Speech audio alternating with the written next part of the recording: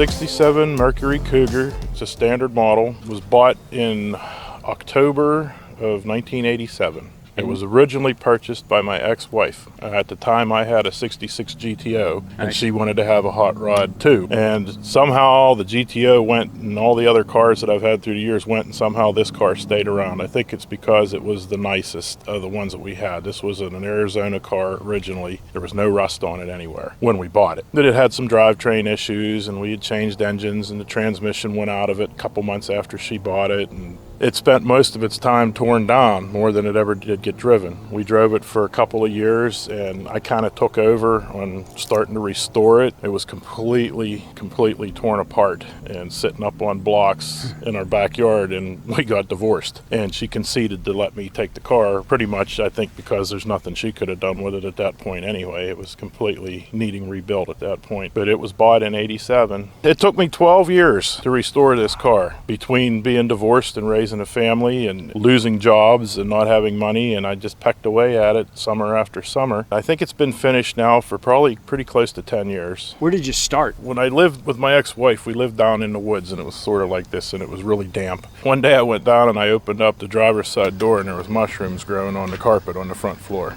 And I'm like, okay, we're in trouble here. The carpet was completely soaked. The front floor had rusted out on it just from sitting down in that damp area. And it hadn't run, and we didn't have any money to put into it at the time. So I'm like, you know what, I got to get this interior out of this thing and dry it out. And the suspension was shot on it. The brakes were shot on it. It just basically needed everything. In my mind, I had gone to tech school for body work. I was working in a body shop for a while, and I knew how to do the stuff on it. But I had no garage or anything. We had a patio in the backyard. I had it up on cement blocks, and I just started tearing the car apart. And I started actually in the back window area. The vinyl top was all blown up because it was starting to rust out around the back window. That's where I actually started. I took the top off, I took the back glass out, and I started welding back there and fixing all that area, and that's kind of where it started. And then the car had undercoating on it from the factory, and half of it was on, half of it was off, so I started scraping and cleaning all that. I had the whole suspension off, so it was completely torn apart. One thing led to another, and then I figured out why the front floor was rotted out on it. Is these Mustangs and Cougars are notorious for the cowl vents rotting out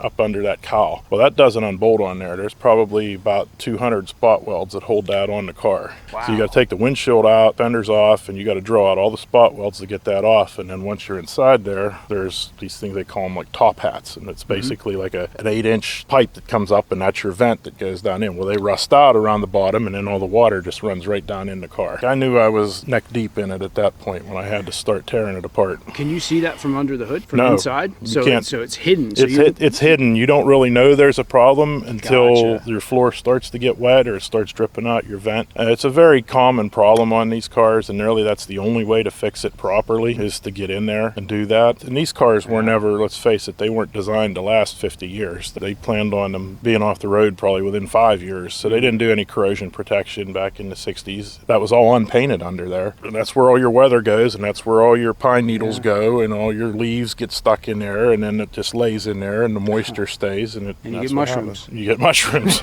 Yeah, when you get mushrooms and moss, I'll never forget it. So if anybody needs to grow mushrooms, yeah, they just let need your to car find an old Cougar and park it down in the Perfect. woods next to a stream on grass, and that'll happen.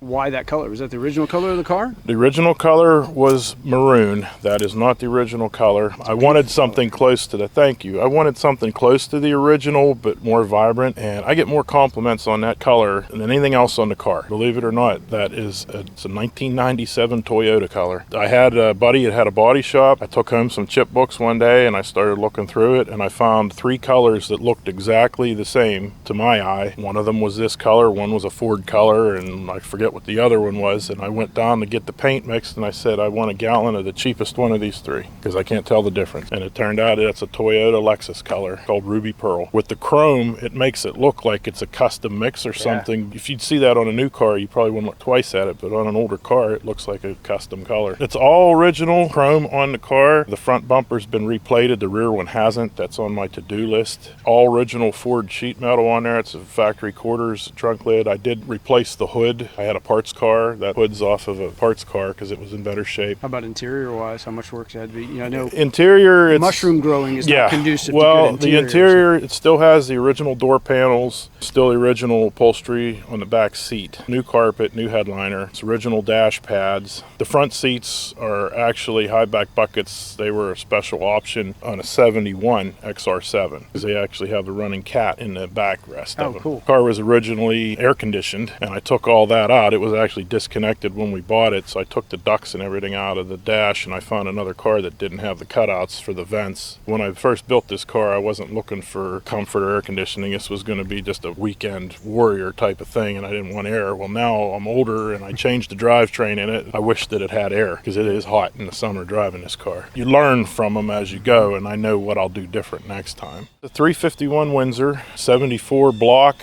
70 heads, fully ported. It's mildly built. The engine, the car originally came with a 289 4-barrel, and it was pulled in 1987 because it needed a valve job, and I wanted something more, and we put this 351 Windsor in it way back then. Run around in it, raced it for a little while, had an automatic in it at the time. The car originally was an automatic. Then the car sat and sat and sat. Then when I restored it, I put another 289 back in it that was extremely built up. Really radical cam. I shifted it at 7,500 on the street. You know, it was balanced. It was a hot dog engine, but it was, unless you were flooring it going in a straight line, it was a nightmare to drive. Had no bottom end. It idled real high. It didn't make any power till about 3,400 RPM. Had 411 gears in it at the time. It was a fun straight line car, but driving it around, it was a nightmare. So then I decided I want it to be more drivable, more fun. I didn't want it to run like a race car on the street. I wanted it to run like a muscle car. So that engine it's mildly built. It runs pretty darn good, and it runs like a muscle car now. I took the 411s out. I put 325s in the back. I still kept the top loader 4-speed. I like the 4-speed. It's a pretty fun little car to drive around now. I have competition leaf springs in the back that are lowering springs. They're stiffer, and I have the 1-inch 620-pound coils, 1-inch drop coils in the front. And I also did what they call the Shelby control arm mod on these, where they take the upper control arm and you actually move it up an inch, and it lowers the car some, and it changes the geometry. It gives you all the travel, but it handles so much better. So combined with the Shelby drop and the coil spring drop and the added weight of the Windsor in there over the 289, it gave me about a 2-inch drop up front too. These cars need help. When you look at them, original 67 Cougar, the back sits lower than the front. They're real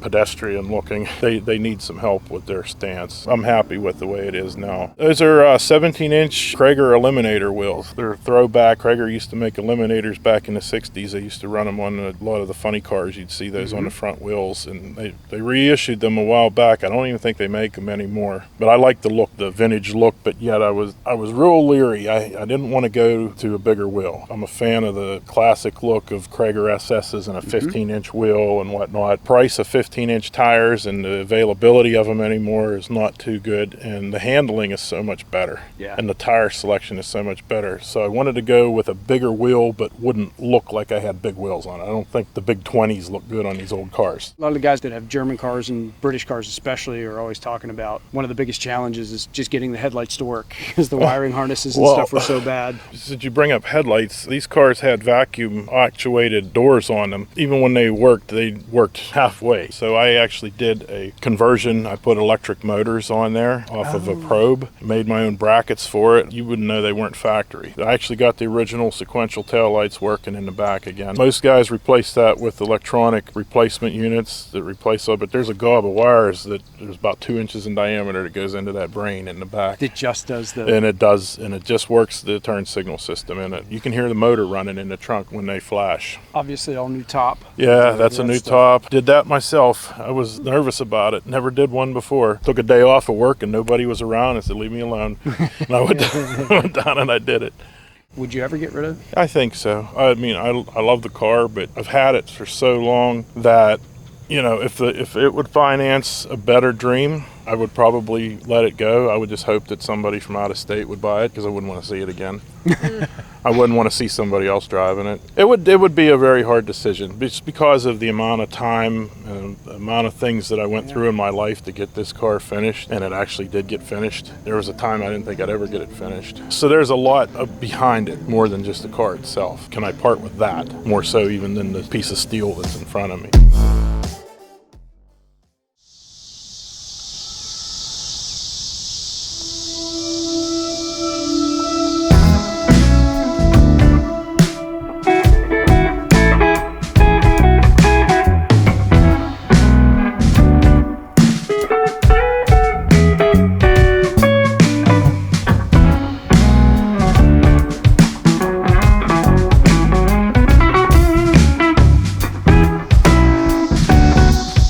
I've had that car about 21 or 22 years. It wasn't much to it when I got it. I have lots of pictures of the condition that it was in, how rusty it was, and how much work I had to go through for 9 years. Did you buy it specifically for a project? Yeah, I had one new in '68 and I tried to find it. I looked and looked and looked and finally found a '67. I said, well, it's close enough. So where did you start?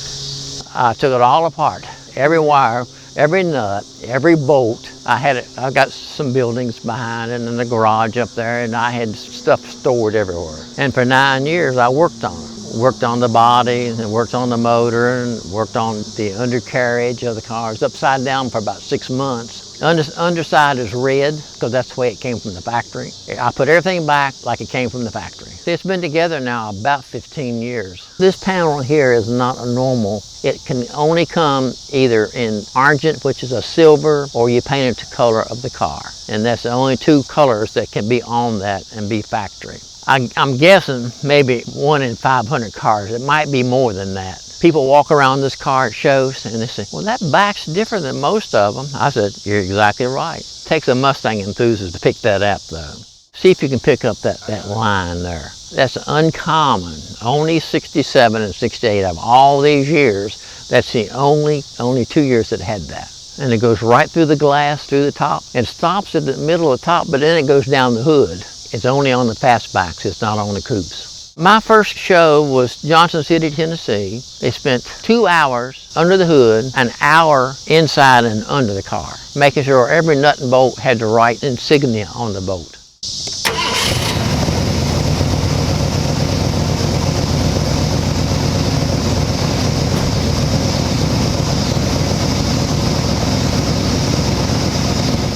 The biggest challenge that you ran into? Somehow that door on the left side, somebody opened it and backed into something. And so the corner post inside was bent. And I couldn't tell it until I got out of the power.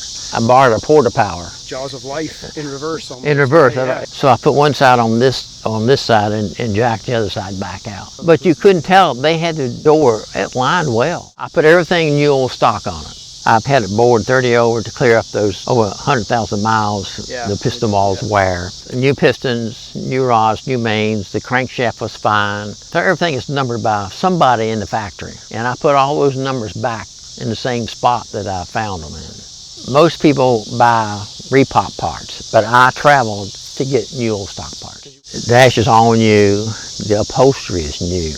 The aluminum on the dash is hard to come by. And you can't find it, it's all been bought up. But I did find the part where the speedometer is and the tach. I found that new old stock, $400. Wow. And I bought it. And I got the boxes that it came in to show that it's new old stock. The floorboards in every Mustang rust out, and I expected that. Before I pulled the carpet on the driver's side, I could feel it in my feet.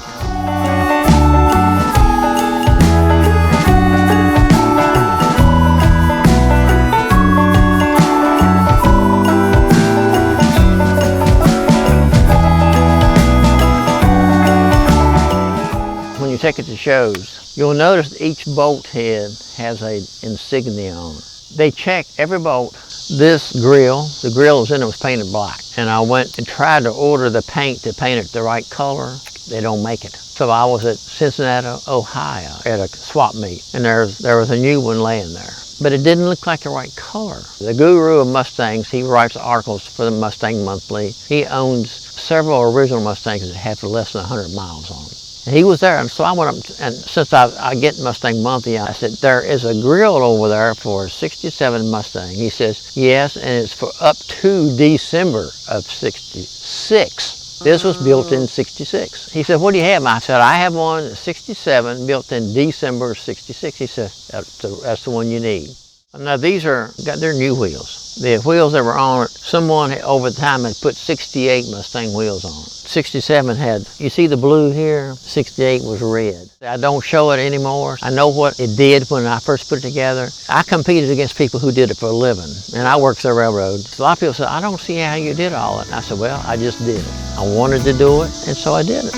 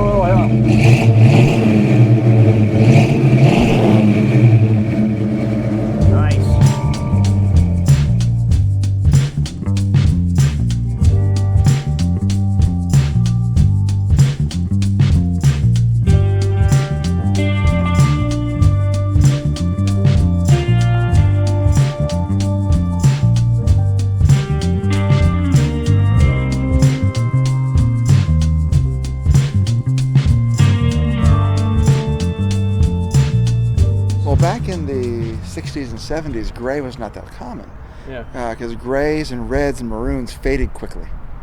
And so you ended up, people didn't like that. They were white and blue and other things that weren't as fade prone. So this was a very unusual color back in '69. My middle son Daniel's first car. And he was looking through Craigslist and all these places for a vehicle, and he came across this car, an AMC, of course. It sounded like a good solid car, and the car had only 65,000 original miles on it, but it had some rust on the rocker panels, inner outer rockers, driver floor pan. But overall it was a great quality car. It just needed some TLC. Mechanically it was good. Drivetrain was excellent, low mileage. In fact, the engine was never apart. In fact, it had the original timing chain on it. In fact, that's the only thing we've ever replaced on this engine was the timing chain, because we were getting ready for a long trip to Pennsylvania and didn't know if it was good or bad, ugly. So better to safe than sorry. We took it apart, the plastic teeth were still good. It's the original. So that's the only thing that's ever been really replaced on the engine is the timing chain itself. If you were going to do 1 to 10, where would you say it was body-wise when you got it? On the outside, it looked okay. It's hard to tell faded peeling paint from gray primer, and the roof was all peeled off. The flat surfaces were kind of primer gray color, and it didn't look that bad. But when it got under by the rockers, it was kind of very crunchy. The car is originally from Minnesota, Minneapolis, Minnesota. The original owner had it. He was a professor at the University of Minnesota.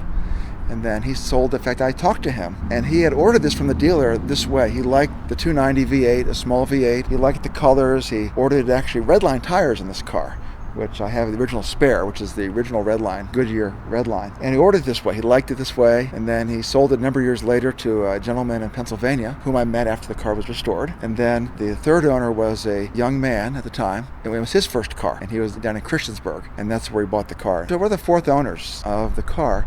But we can document the history. In fact, we have the original build sheet for the car and the original owner card. What about interior-wise? What'd you have to... Well, the interior was one of the best parts. The seats are original. Of course, we had to put new carpet in because of the water damage and the rust and all that. The dash is original. Inside is an 8-track player that works. Just belting out Lawrence Welk.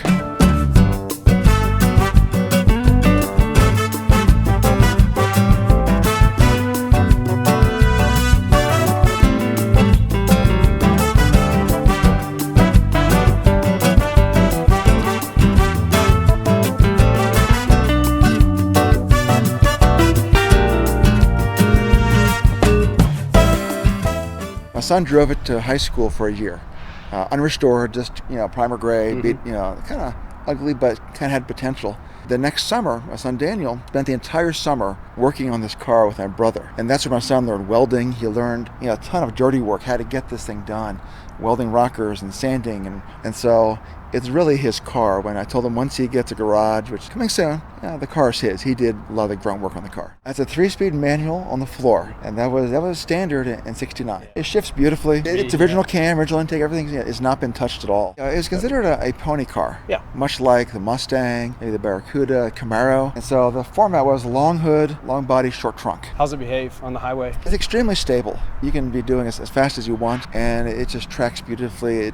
It feels like you're going slow. I think the biggest challenge was rust. It was the rocker panels, the driver floor pan. Rust is not pretty, especially a car that comes from the north. A lot of dirty work. It's not glamorous at all. Hard to find parts for? Not really. The drivetrain is standard from '66 on up. The 290s and 343s and 390s and the later engines. Parts pretty much interchange. So you can get a coil or the batteries, and it's a standard engine, which is actually very appealing about these AMCs. So even though you have maybe a sporty car or a muscle car, you don't have to have some exotic part made in Italy or Germany for that matter. Trim is harder to come by. Another hard part in this car, the lower half of this right front fender was rusted out. They don't make patch panels for front fenders, and they don't make new front fenders. So what did my brother in his stash of old parts had a really beat up fender that was rusty up top, but the lower half was fine. Kind of like in wedding, the two shall become one. Welded everything, ground everything, and you never tell it happened. So what kind of horsepower from the 290s? On the 292 barrel, which is the stock engine, it's factory rated at 200 horsepower. What's the car weigh? You know what it weighs? About 3,000 pounds, give or take, with options and things. Yeah, these are the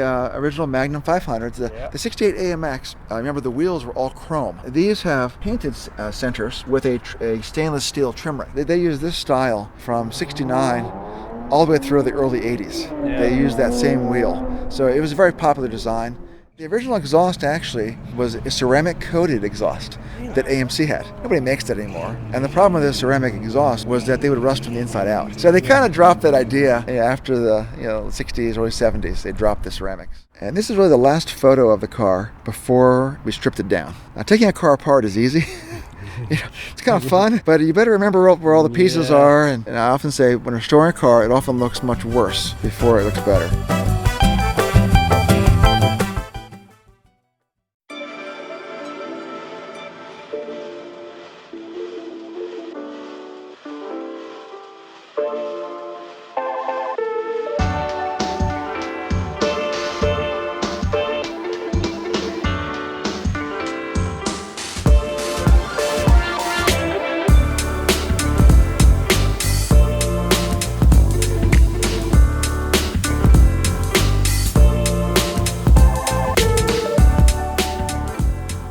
'70 Plymouth Barracuda. There were different trim levels. The original car had a 383 4-speed. Okay. So it had the 4-speed put into it. Somewhere along the line, whoever rebuilt it before we got it, the 383 disappeared, the 4-speed disappeared. So they put the 727, the automatic 727 transmission into it, and that was part of their rebuild. It's in phase 1 of our project. We're building up from the bottom. Structural, it was in fantastic shape when we got it. Body is in good shape. The first change we wanted to make on it was to get back to the A833 4-speed transmission. We bought it, drove it a bit, just took it straight in and started the rework phase of it, the phase 1 of it. There's a 323 rear end in it, and I wanted the posi traction. I wanted the 355. The guy who actually we bought the car off of had a 355. He said that comes with the car. We took it down to be rebuilt. The individual that rebuilds the rear end said it's junk. You can't use it. So we had to stick with the 323. We rebuilt the 323, put all new bearings in the back axles, repainted new shocks, new leaf springs, took the leaf springs out. When we first bought it, it rode like a 1970s car. That was, you hit a bump and then you just kept bouncing for the next 3 miles. You kept doing that. So we did the leaf springs, we did the shocks from that side, rebuilt the rear end. There's a company out, and this is for anybody who's looking to do this. They're called Brewer's Transmission out in Ohio. And all that they do, the only thing that they do, is 4-speed transmissions for e-bodies. The nice. A833 transmissions, that's all that they build. We saw a couple shows, we talked to a couple people, they came highly recommended, and I can't say enough, if you're going to convert over, or if you need a new 4-speed transmission for one of these cars, that's where you go. Just don't even hesitate. Down to the washer, everything came labeled, numbered. It made it a dream. So you bought it specifically for a project? Yeah, it was on the list. I had a bucket list. Everybody has a bucket list. I wanted a CJ5 Jeep, 1970 CJ5 Jeep, and I bought that last July. I always wanted a Barracuda, and I was looking at the Barracudas, and in late August, early September, told her, found a Barracuda, it's in Greensburg, Pennsylvania. Let's go take a look at this. And so we drove down and we took a look at it. And I looked it over. It was an automatic, not at all what I wanted, but the bones on the car were good. And that's a big thing with these cars. If you can find one that the frame is good, whoever did the restoration did certain things right. Didn't do everything right, but did certain things right. It had a good bones to it, and it was a running car. I actually turned around and started walking away, and she looked at me and she's like, I really like the car. I said, I do too, but it's going to take some work. It doesn't have the 4-speed. She's like, but I really like it. Turned around and we bought it. I bought 2 bucket list cars within 2 months of each other. Didn't have intention of buying a full-on project car, and that's why this one really spoke to us, because it was drivable at the time. Tell me where you started. My main project was the 4-speed and the interior. It does not have the original seats in it. It had the original back seat in it. The original back seat had a really nice rat's nest somewhere embedded in there. The front seats were the cheapest $35 plastic seats that you could put into this car. So I knew interior needed done. There was no carpeting on the interior. It was bare floor. When we drove it, you had to drive with the windows down. The amount of fumes that were coming into this car, the amount of heat that was coming into this car. In fact, when we were taking it to the restoration place, it was 50 degrees out, and she was driving it up. Honestly, when she got out of the car, she was high as a kite. I thought she was going to be just sick just from all the fumes that she inhaled, because it was cold enough out that she needed to have the windows up, but couldn't put the windows up, you'd die in the car. That was kind of the, all right, I know the interior has to be done. I know I'm putting a 4-speed in. From there, we did not know what we were getting into. The motor is in phenomenal shape. We did nothing to the motor whatsoever except for change gaskets and repaint it. We repainted the motor. The motor that's in this one is a 1978 RB motor. It's a 440, probably out of a motorhome because that's what they put them in back then. It was rebuilt at some point in time. The motor runs great, so we weren't touching it. It was an original AC car, non-power steering, non-power brakes. It did have front disc brakes. I don't know if that was original on this car or not. It had rear drum brakes on it. So part of the changeover was to put power steering into it, power brakes into it. We did not touch the rear brakes. The drum brakes were in perfect, immaculate condition. The front brakes, we put new rotors, new calipers, and the whole set on the front. The leaf springs, new shocks, pretty much that's all we had to do. It's a night and day difference. Rack and pinion? Yes. Steering? We used a Borgson power steering pump, which I love now because the garage we store it in is a very confined space. For anybody that's driven manual steering, it was real precise. not real precise, and you will get an upper body workout. There's no doubt about that. Original paint? Okay. No, it was originally, the original color was the lemon twist, the yellow. We know that because as we were climbing underneath and finding things, when you take certain parts off and you see the yellow that's underneath something that you know leaf springs were never removed on this car, you know what the original color was going to be. So no, this was definitely repainted to this color, and it will stay this color. This paint job will stay the same on it. What's like the most challenging thing that you've run into so far? Wiring. Wiring is the biggest nightmare. We rewired the entire thing from the back end, all new wiring the whole ways up, because the wiring was piss poor. We would pull off a light cover and you'd see a bare wire sitting in there just hanging there, and you'd go and say, okay, that attaches. Wait, it's not long enough to attach. So the side marker light didn't work. And it was little things like that that became a challenge. So we brought all new wiring from the back, all new wiring into the engine compartment. The dash will come back out. It'll be completely rewired. The whole purpose of driving this car this year was to get some mileage on it so that when you build things, you run them for a bit, things will come loose. So to go back through, tighten everything up, check everything, make sure that everything's where it's supposed to be so that it's going to run for the next 20 years. The seats are very difficult to find, and I went to a company called Corbeau. You pick your seat style and their seat track.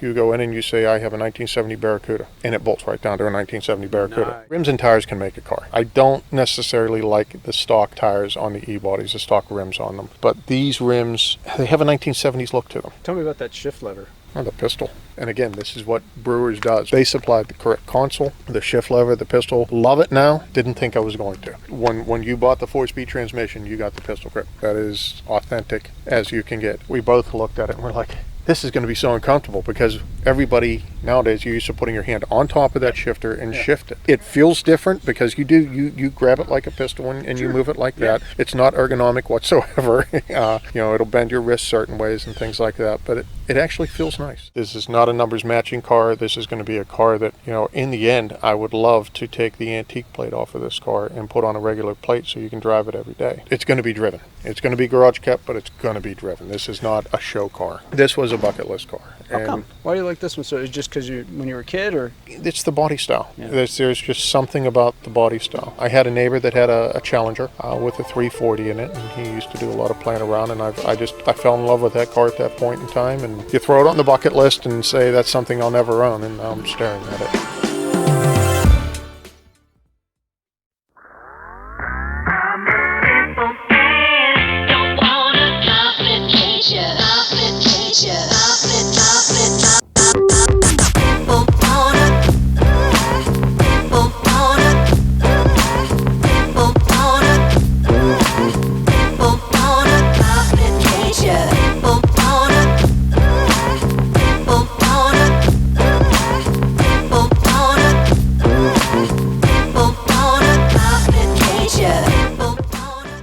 This is a 1983 F-150 regular cab stepside 2-wheel drive. This truck was bought brand new in '83 by my grandfather. He wanted a work truck, something that was good on gas. It had an inline 6 originally. He took it to work one day. He worked for Gongaware Bus Company in Irwin, PA. He had a toolbox, his old, Craftsman at the time toolbox. He hit the brake, someone pulled out. He ended up denting the front end of the bed. He brought it home that day and looked at my father and said, this truck is yours now. My dad did not want it at the time because he originally gave my dad a 4-wheel drive lifted, I think it was a C10, and my dad wanted a woods truck. Well, my dad had no option, and this also came along with a payment. So when it was handed to my dad worked 2 jobs throughout high school, and right after he graduated, still worked to pay this truck off. He wasn't allowed to touch the truck. My dad wanted straight runner. He just wanted to run it up the mountains, take it wherever, and that was the whole deal. He's forced to take it, but he can't do anything to it. Okay. So what happened was he started to source parts. He actually had a 460 big block ready to put into it, but then it came around. He found a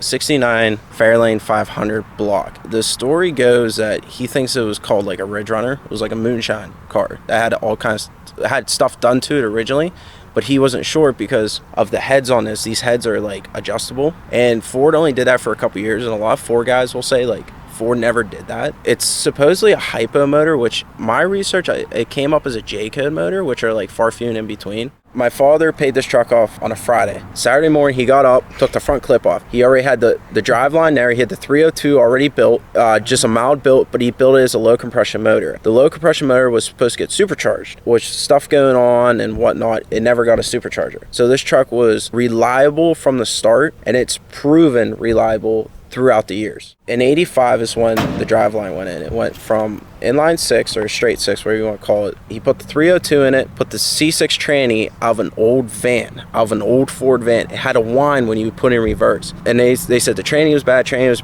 Turned out to be tranny was fine. Him and his buddy put a shift kit in it, put all new internals, freshened it up. From there, he found a guy selling a rear end, a Ford 9 rear end of a Bronco. Brought the rear end, it was too long. The guy gave him the wrong rear end. Had to go back and get the shorter rear end in it. Once he got the driveline in, this truck started to be painted. This truck was originally a light brown and a real light cream color. Same with the interior. Him and his buddy painted in the garage. Both these colors on his truck are true Ford colors. They're not a custom color. Well, once he painted the truck, that's when he started to throw an interior gear. The original cluster on it it had an overdrive on it, which my dad didn't want because he took overdrive out. So he ended up finding a cluster in a junkyard and put it in this truck. So it actually has first, second drive. This truck only has 3 gears. From there, he drove it to car shows, then he finally lowered it. Well, when he lowered it, he was the first one to have a lower truck in this area. Mm-hmm. No one's done it because everyone wanted to lift them sky high. Right. Put the lowering kit on, then he had a problem with his front end. The tower camber. He actually had a guy have to bend his twin I-beams in the front end. And now you can't even find a guy to do that. No one wants to do it, nor are these old fellows around to even show like a younger generation of how to do it. Once he got the twin I-beams and everything lowered, the wheels sat right, the tires sat right. He drove it to car shows the first couple years. I mean, he won awards after awards after awards because it was brand new. There's nothing wrong with it. It got done in 85, then up till 2000 it was stuck away. It was up my grandmother's carport, but it did have some moisture in it. At the time, I was building a Chevy 1500 regular cab 8-foot, but it had the LS motor. I was working on a car, came home from school, my tie rod broke on my beater car. I was welding it. I told my father I had all the money lined up because I just recently sold my brand new quad, and he turned around and goes, "The truck's yours." And I kind of just looked at him like flabbergasted, like, "What are you talking about?" He goes, "The brown truck is yours." So that happened about in 2018. At the time, I had all kind of money to play with, which worked out in my favor because I had to put a lot of money in this truck. I did my own touches from the headlights, the grill, the little knickknacks like the bumper, the little spikes on it. I ordered wheels and tires, and at the time I put slicks on it. I put bias plies, which was not a smart move at all by me because going through corners, this truck wanted to, the rear end wanted to slide on me. It felt like the whole rear end was going to kick. So I mean, they were good for a straight line and good for traction, but besides that, they were terrible for handling. So I ended up burning those off, and I put Nitto NT 55Rs on it, which are a great tire for this rear end. This truck handles incredible. I'm not afraid to do whatever. It had a dual exhaust coming out the back. I took that out. That no more. It had these old school naked ladies on the bumper. I ended up getting rid of those because that's a 80s thing, and I'm not about that. If you're my age, you could get away with it, but when you're 22, you can't have naked ladies on your truck. No. For an old guy, you can't. Yeah, for an old guy. So that was like my dad's thing, and I respect him, but it had to go.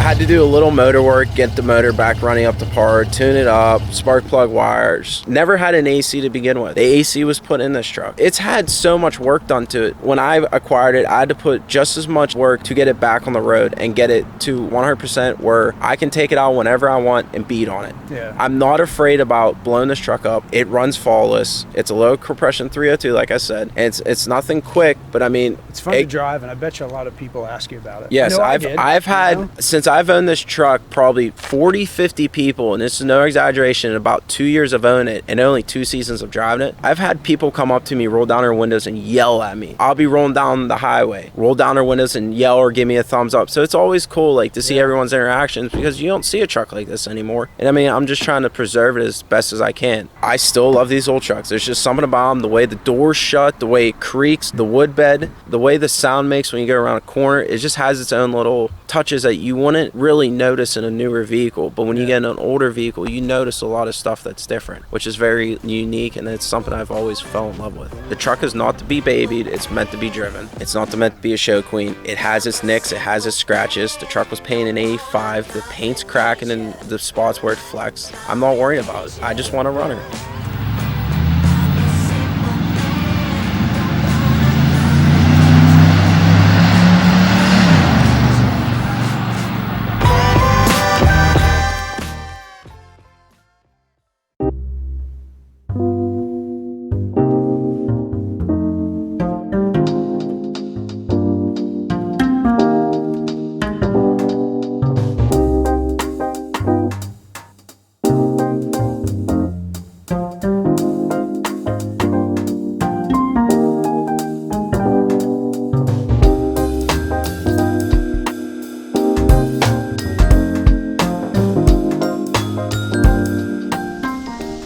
This is a 1993 Chevy S-10. It's been customized so far extensively, and it's only going to get more and more.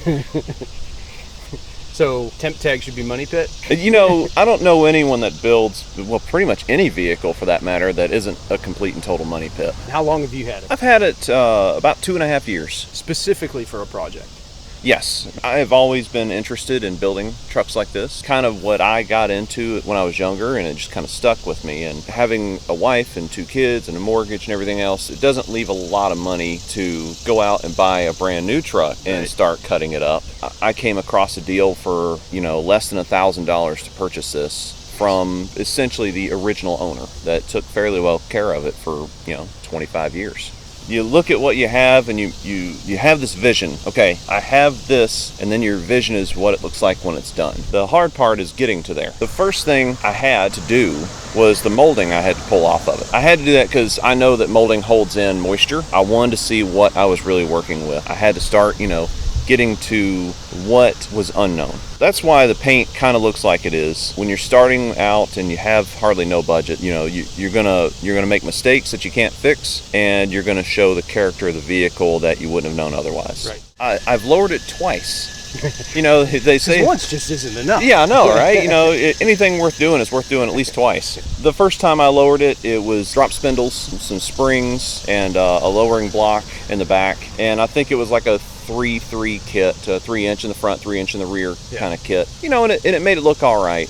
The second lowering was significantly more involved. We get into modifying the frame, the leading leaf springs. In the front, the lowering springs that I had really just weren't enough. So I took a set of factory springs out of a newer body style, in which has a thicker diameter spring. And it also comes with an extra half coil. I cut 2 coils off. And of course, when you do that, you have a flat end and you have an uneven end. So I took the uneven end and positioned the lowest point, the furthest part out of the suspension. So that way it pushes in and gives a little bit better handling. Putting airbags on this in the future is going to be way more extensive. Some people will just throw some airbags on a car and just, hey, I got a bagged car, but it rides terrible, it doesn't handle well. I'm going to be 40 years old in 10 days. I can't be bouncing around town. I want to enjoy driving the vehicle. But as far as when I lowered it, with the lower control arms, the factory ones have a lot of humps. A friend of mine fortunately had a set of what's known as de-humped control arms. And it's essentially where they cut those humps off and weld in metal to make it nice and smooth. And it buys you in the vicinity of 1 inch of clearance. That was the last thing I did with lowering this thing. Before I did that, you hit a bump and you would think an explosion went off. You can hear it next to the car or to the truck, and you can hear it inside the vehicle and feel it's something fierce. Buying that 1 inch was the biggest change of all. It really made the vehicle very drivable, where I could hit the bumps in the road like any other car, and it wouldn't be like some teenager just shaking all over the place. Tell me about the wheels. The wheels are 17 by 8s. They're by a company called Progressive. They're a knockoff of the Centerline Trigons, which would date back to, I believe, the late 90s, early 2000s. It's very, very difficult to find billet wheels, or some would refer to them as baby billets, in Southwest Virginia. Typically, if they come up for sale, they're extremely expensive, just because everybody knows if you want to go get something like this, you're either got to buy it from me, or you got to travel over a whole bunch of mountains out into a city somewhere. So they can justifiably ask a tremendous price. I did not pay very much for these. I paid under $300 for the entire set, but when I got them, they were terrible condition. I spent, not last winter, but the previous one, about 4 months cleaning them up. In what spare time I had, I took them to work with me. Any break time I had, downtime, I was working on them, sanding them down and polishing them. The great thing about billet wheels is, you can sand them down and polish them back up, and they can look brand new all over again.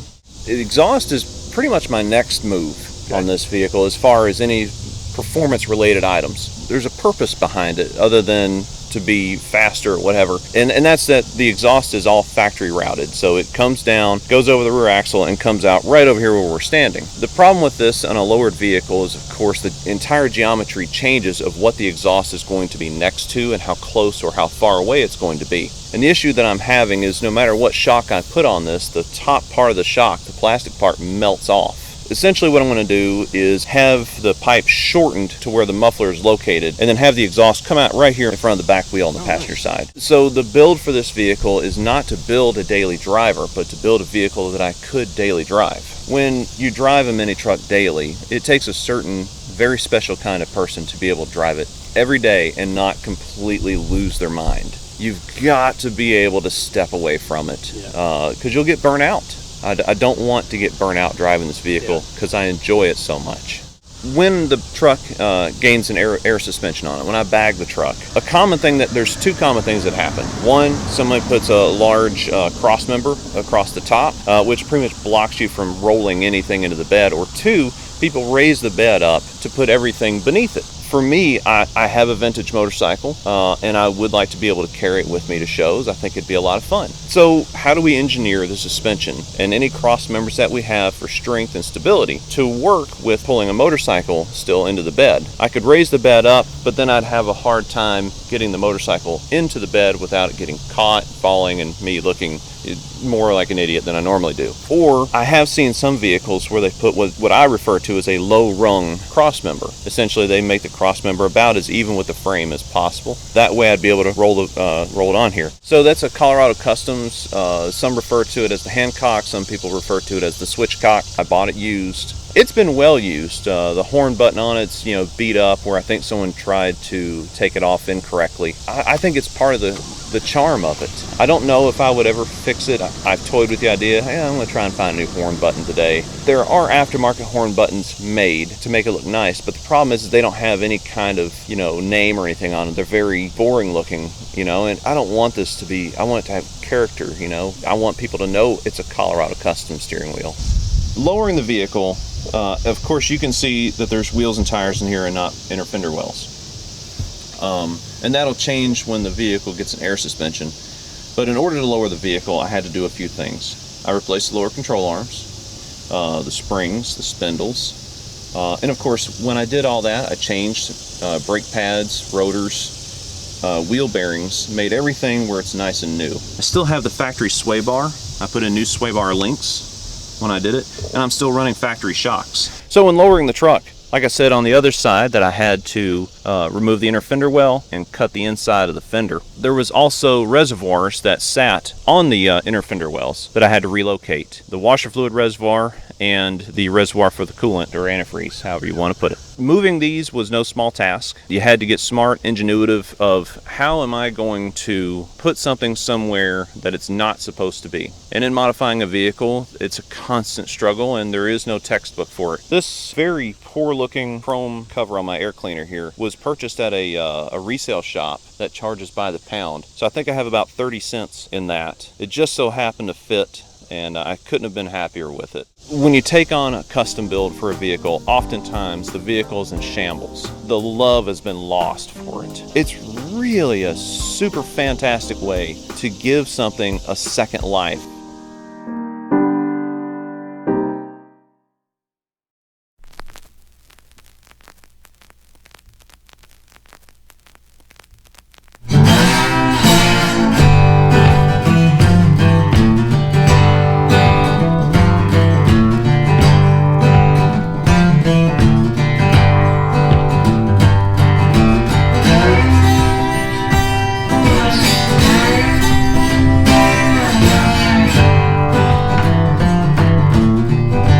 Today I brought my 2008 F-250 Super Duty that I've been working on for the last about year and a half, give or take. Did you buy this truck specifically for a project? Yes. This was always my dream truck. When I was a landscaper in high school, I was about 15, 16, so I just started to get into vehicles, started driving. My uncle had one. It was a regular cab, 8-foot bed, but it was a 2012 model. The interiors are most likely the same, and that's why I kind of bought this truck, was because of the interior and the memories it brought back. Not the memories of landscaping, but just the memories of the truck that I fell in love with. I happened to be coming home late one night from a truck pull. We're making a blind bend, and some guy cross hit me head on, me and my girlfriend. At that time, I had a 2000 GMC Sierra 1500 that was all done up and real nice. It was clean, straight, no rust. Well, it got totaled. So I said I will finally buy my dream truck, which is the one that sits in front of me right now. They're hard to find unless you want to spend buku money. Is it hard to find because of the regular cab and the 8-foot bed? Yes and no. I got lucky. I found one locally, but it was in a pretty bad shape, which this is the one. The bed was rotted. It was never taken care of. It had a manifold leak. The interior was trash, just a bunch of stuff. But I knew if I could get it for the right price, I could turn around and make something my own. But I knew it was just going to take time. I knew the motor was going to be good, so I wasn't real worried about that. It was just more or less just making everything else just as equally as good. What was the worst part on it? The bed, there was holes in it. I could see daylight. I knew going into it, it was going to be a project, but I was willing to do it because it's what I've always wanted. I remember taking it to an ice cream place for one ride just to see how it rode, make sure everything was mechanically sound after I bought it, and I parked it. I was embarrassed to drive the truck, to be completely honest with you. I bought wheels and tires, and I searched high and low for a bed, a tailgate, and a rear bumper. And the hardest part was finding someone that would want to sell a bed with a tailgate in a complete package. This bed, it was from a guy who sold utility bodies. It was a takeoff bed in 15, and this bed only had probably 100 miles on when it was taken off. I purchased the bed and tailgate for $3,500, which was steep. I had a lot of people say, you're stupid for spending that money, but I looked at it as it saved me time. While we were there, we loaded up on the trailer. I asked him if he had any bumpers. We ended up going back in like his storage bins, and he had hundreds of F-250 parts. I'll never forget that. And he ended up having one bumper left. And he sold me a bumper for $100. And I remember running out there because I got the bumper, the plastics, the wiring, the brackets. I got everything. So I ran out of that place. I couldn't wait to get home. Got it home, put the bed on it, bought my wheels and tires. I drove it. This was finally when I was like, okay, it's half decent to drive now. I feel comfortable. I don't feel like I'm riding a hoopty anymore. I had intentions on more or less just doing the interior, then everything spiraled and I just went crazy. Isn't that how it always happens? Yeah, it's something so little turned into so big. So I ended up finding a seat out in Ohio for $150. If anyone on this channel knows about F-250 seats, they're pricey. It's $1,000 seat all day. And the guy knew it. He just wanted to sell it. He just had a parts truck. He had 4 kids. He needed to make a payment that week. So I bought the seat, threw the seat in, and that's when I started to rip the interior apart. The interior was originally beige. I pulled all the interior pieces besides the dash. The dash was the only thing I didn't pull because it was charcoal gray. I painted all my beige interior black. Then there's a lot of accent pieces in it that have hydro dip. That was another thing I had to learn, was how to hydro dip. Throughout that process, there's a couple mistakes, but I learned. And that's what this whole truck was about, your mistakes and learning from them, because I didn't pay a single person to do anything on this.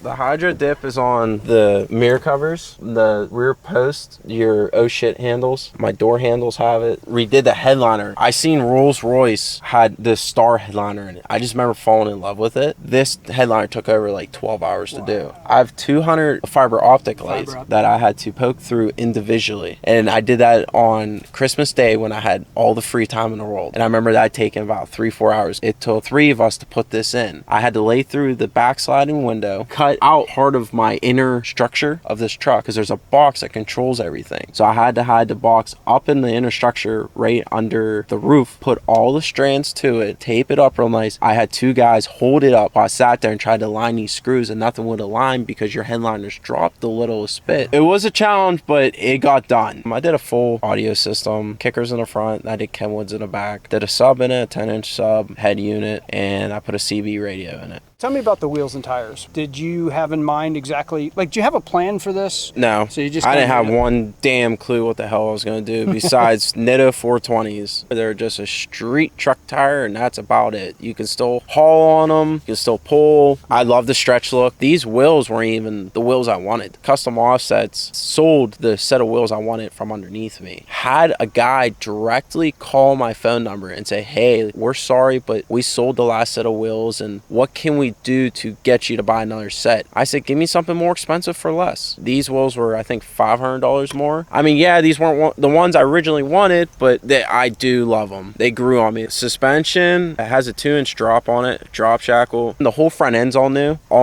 tie rod ends, your sway bar link, everything's new. Spring, shock towers. I still got to do the rear, the leaf springs, the blocks. I have airbag helpers going on for when I tow. My buddy has a 79 F250 for when I tow his truck to shows. I did that just for peace of mind. It is the best truck to drive. Back roads, highway. In town, it's okay. Tight ends aren't your friend in this. Highway runs in a straight line, has enough power to do whatever I want it to. It's solid. This first time I've ever painted something in my life. I've painted front and rear bumpers, but they were a rattle can. So I went and bought my first paint gun, and it was a learning experience in a good way. I didn't have too many mistakes. I owe credit to Charlie Strayback because he let me borrow his $800 paint gun. He didn't have a care in the world what I did. Just when he needed it back to paint his truck, I just had to give it back. With that paint gun, it made my life 10 times easier because I was running a gun just for base and primer, and I had my clear coat gun just for clear coat. I have yet to cut and buff this truck. I'm going to buff it tonight for Carlisle Truck Nationals, but I'm not wet sanding or nothing. I'm just taking it up the way it is because of just how smooth it laid. If somebody that had never painted anything asked you for advice, what would you say was like the most important thing that you learned throughout that? Air. Your air setup. People say it's so hard to mix paint. A 5-year-old could do it. Mixing paint is so simple. It's really how your air is going into your gun, keeping moisture out, and just being smooth. That's the hardest part. Everything else is cake. Made a homemade booth and went to town, put a fan in it, bought a really expensive 3M paint mask just to help fumes wise, and I went to town. The tail lights, there's a company like on Instagram I found. I wanted to say they wanted $500 for it, and I said I can do it myself. And that's exactly what I did. Tore them apart, took the plastic off, pulled all the electronics out. There's 17 bulbs there. Well, they're all on a board and everything's screwed together. 4 or 5 different pieces in there all had to be painted and put back together and glued, and sealing them was kind of a trip. I used glass urethane and it didn't work. I found out real quick that they weren't 100% sealed. I had to reseal them and put silicone on and just went with it. I'll paint another pair down the road. For now, I can say I learned from them. Yeah. That's about it. The girl was another eBay special. I'm not all about how expensive something is. This girl was, I think, $150. I just tore it apart and painted it. The center section comes out of it, the black. Then I just painted the outer shell. Plastic's a little different. You have to add like an adhesion promoter, a flex additive kind of deal. The hood is actually, it's a Duraflex hood. The hood only weighs about 40 to 50 pounds. Wow. I put 2 new front fenders on it. Those headlights are original. Then I painted the bumper. All the brackets are painted. That's one thing that really bothered me with guys is they'll shoot all the brackets a black color, and I didn't want to hang them. I just wanted to hang them out. Just say, hey, I painted everything. The one thing that really kind of sticks out that I think a lot of guys aren't doing right now is mirrors. The center posts were taped off. Took an hour and a half to tape them. Everyone paints them because it's easy. Nothing was easy on this truck, so why make it easy? So I taped them off, and I wanted to break that up, and I think that really helped a little part of the look of the truck. The truck's white and it's black, and that's what stormtroopers are. I have a 724 decal. That's our area code. There's a bunch of us that are running these built trucks, the new style, you could say, with the big tires and lifts and painted. And we're just trying to get a group down in 724 together. We're running a page right now, it's 724_rigs, and we're just trying to just make something good that is kind of lost in this time right now.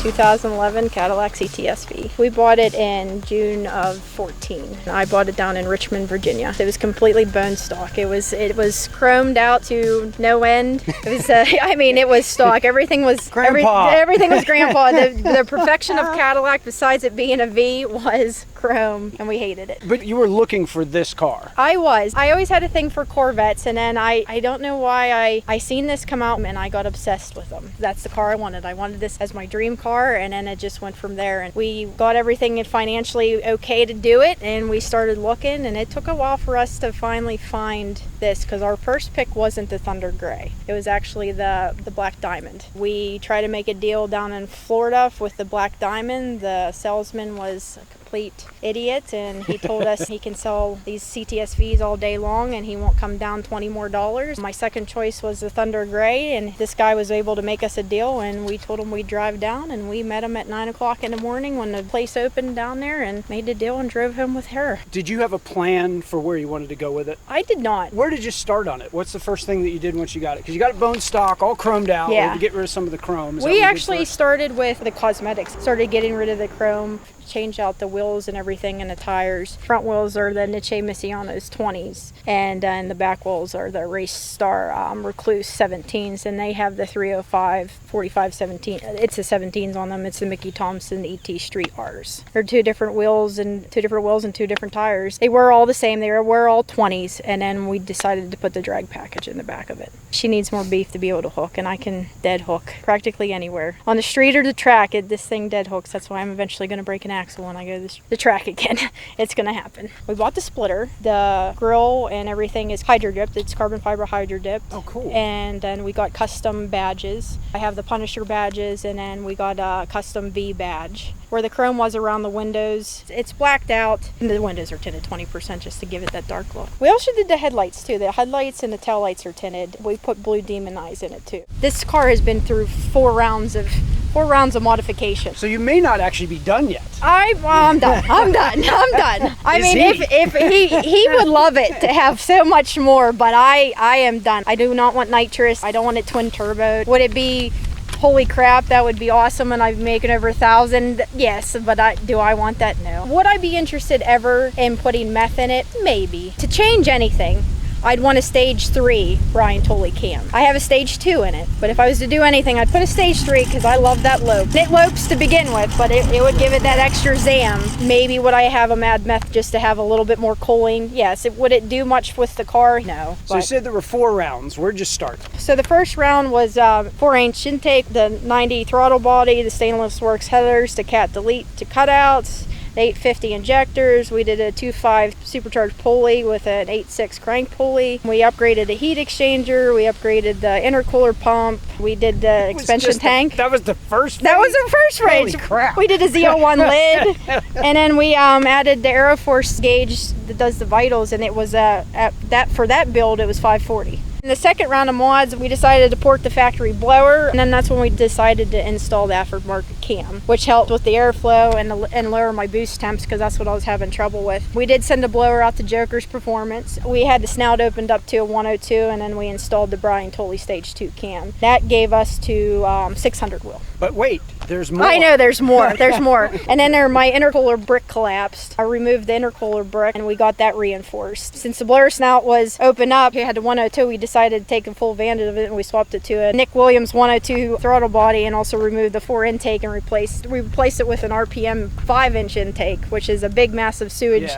no sewer can that's right on there. We swapped the lower pulley to a 9.1 and then we took the injectors up to 1,000, added the Fuel Flex fuel pump in it, gave it an E85 sensor and returned it to E85. And with that setup, we were at 724 at the wheel. And that was on a Dynajet, and I ran 10.6 on a quarter mile at 132. But I was still having terrible trouble with the tune. We've been through 3 different tuners. The third tuner was our final tuner, and he's wonderful. I love Blake. I love him to death. That's who did John's Corvette. And the first tuner, that's where we made our 540. And the second one, we got to 724. It was beautiful. Holy crap, I'm in the 724 course. I'm doing 10.6, but my main goal is I eventually want to do 9.9s in a quarter mile. Well, I'm done after that. I don't want to drag race the car because I'm going to break. If I don't break an axle at my 9.9s, I'm going to break it sometime. We had trouble with it. We talked to our tuner, and our tuner was like, oh, it's probably the transmission. You're probably going to have to rebuild the transmission. It just didn't sound right to us. It can't be the transmission. We've beat on it, but why in the world would the tranny be going? I mean, it's possible. Could we have a fluke car? Could it be possibly that we needed to do it? So we talked to Blake. So Blake said, bring it down and we'll go through. He was 95% sure that it was the tune. When we took it down to him, we decided we needed bigger injectors, and we did swap the lower pulley to a 9.5, which gave us more boost, and the car actually went down. We went to 721 at the wheel. And I know that it sounds weird, we went down on the horsepower, but now my time now as it stands, I'm at 10.2 at 138 and my 60 foot to 156. When I go back to the track, we have tweaked it a little bit, tweaked the tune just a tad bit, and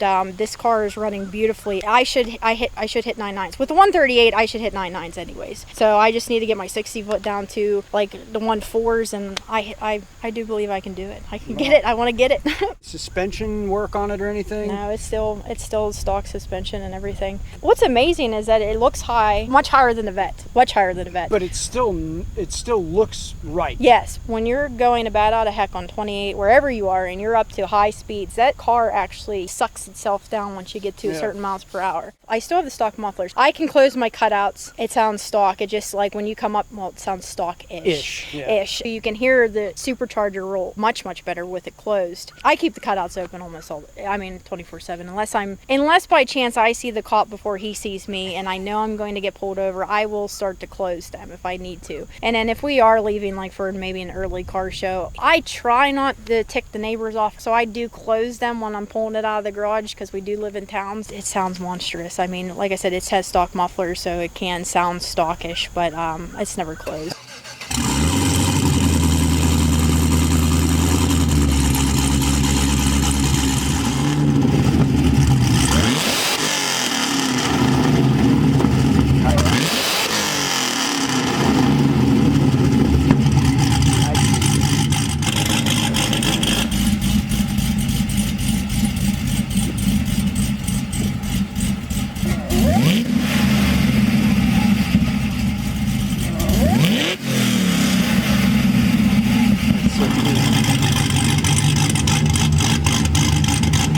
I was trying to think of a name. I was online one time and we knew this kid. He would pick and choose different fights and stuff like that. And I usually never comment. I try my best not to fight with anybody on Facebook. And he called out my car. You know, he was trying to dog me about being a girl driving this car. Somehow I just said, "You mad at that Vito?" I spelled it exactly the way it was. And he just like lit up like a bulb and started really cussing me out. And it just started escalating. It came to like 102 commented thing. The post got deleted. I got blocked, and I probably got crap talked on me for God knows how long. And I told John, I'm like, well, heck, if that slang ticks somebody off that much, I think I need it as a license plate. But it's just horrendous slang, and I go just worked for the car. And then my Instagram name is thatvito_721, and it's 721 is my wheel horse. So it just all came together.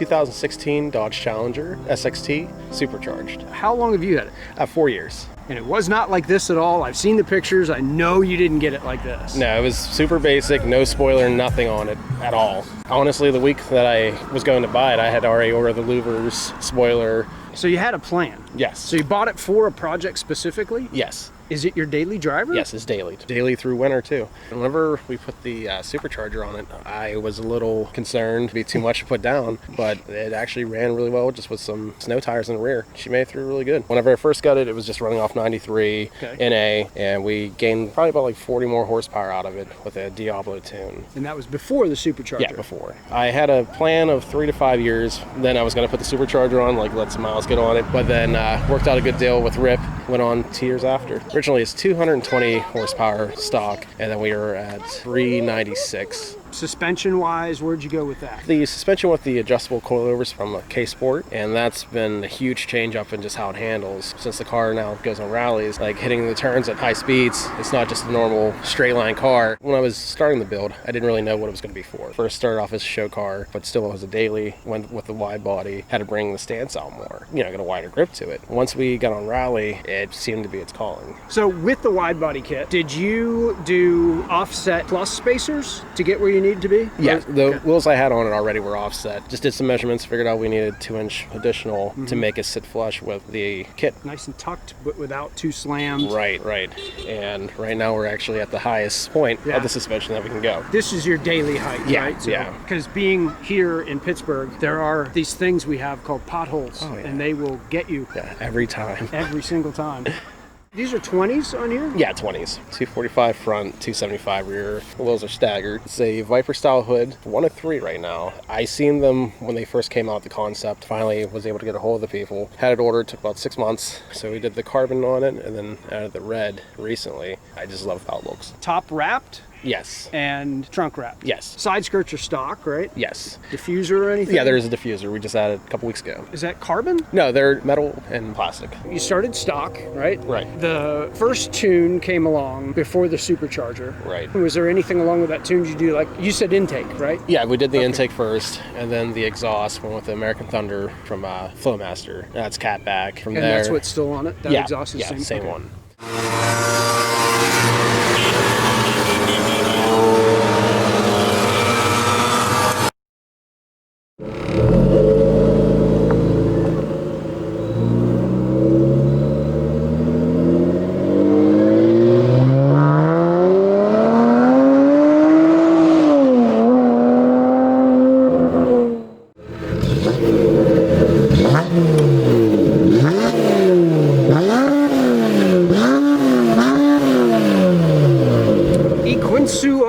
Yeah, did I say it right? Akinsu Ocha? Akinsu Ocha. All right, so I know there's a story behind that. If you remember on Ace Ventura, When Nature Calls, he shows up to the Wachuchu tribe. When he gets there and he starts to cough, they're like, Akinsu Ocha. And he's like, what does that mean? And they're like, white devil. And it was just one night, fell asleep and thought about it, was really heavily thinking about a name for the car. So I put the name on the window first, and everybody was still like, okay, that's kind of cool, but I don't get it. So then I put it on the tires as well, so a little bit more. Finally, I kept explaining to everybody, I was like, well, what can I do? So then I was looking at the Hellcat badges, Demon badges, and I'm like, well, let's do something kind of fun with it. And I actually took Jim Carrey's head and made it tribal-like. It looks perfect, because people still go, is it a demon? I'm like, oh, well, in a way. And then they put it together, and they're like, that is amazing. That is Jim Carrey. That is Ace Ventura. Akinsu Ocha. I get it. Has Dodge contacted you about licensing this as the next? They should, though. I'm just telling you, that definitely I'm telling would be a you, thing. they'd sell the heck out of it. Oh, yeah.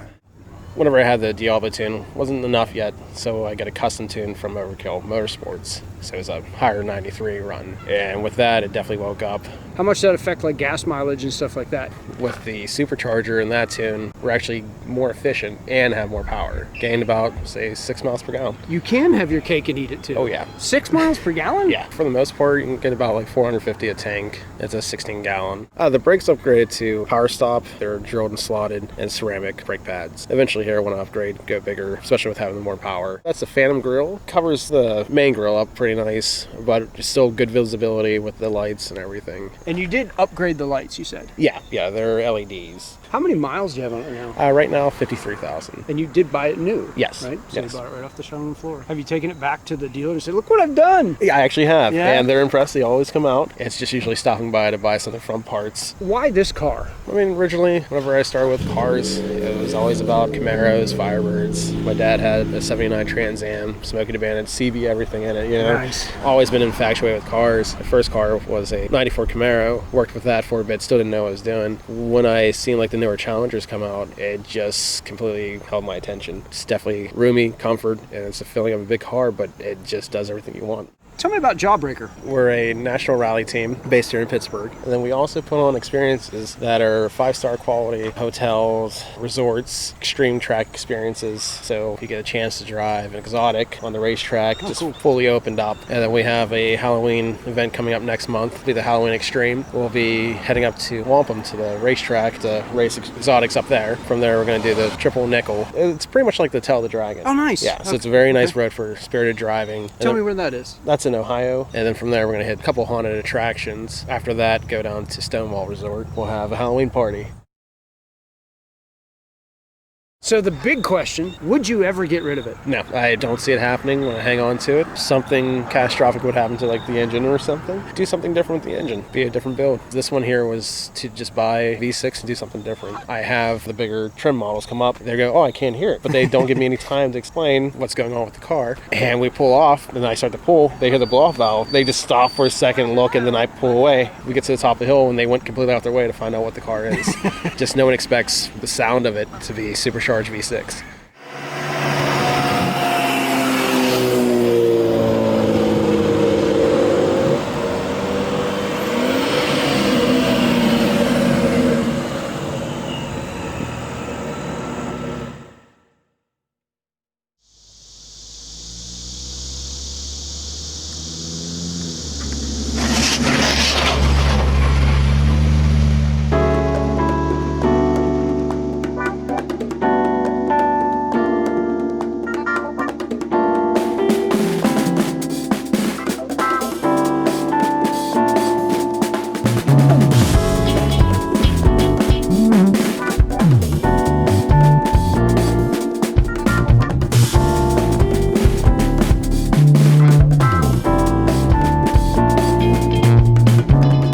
'06 GMC Canyon. I always liked the GMC Canyons, Colorados. I had another single cab 07, which they're all the same. I just like the body lines of them, the fender lines and whatnot. It's really like the last American mini truck too. They had the S-10s and all that stuff that got discontinued. The Rangers got discontinued for the longest time. And it's really the last size, small to mid-size truck that they made. You just don't see a whole lot of them in mini trucking either. Kind of one of the reasons that I gravitated towards Colorado, but just a fun little truck.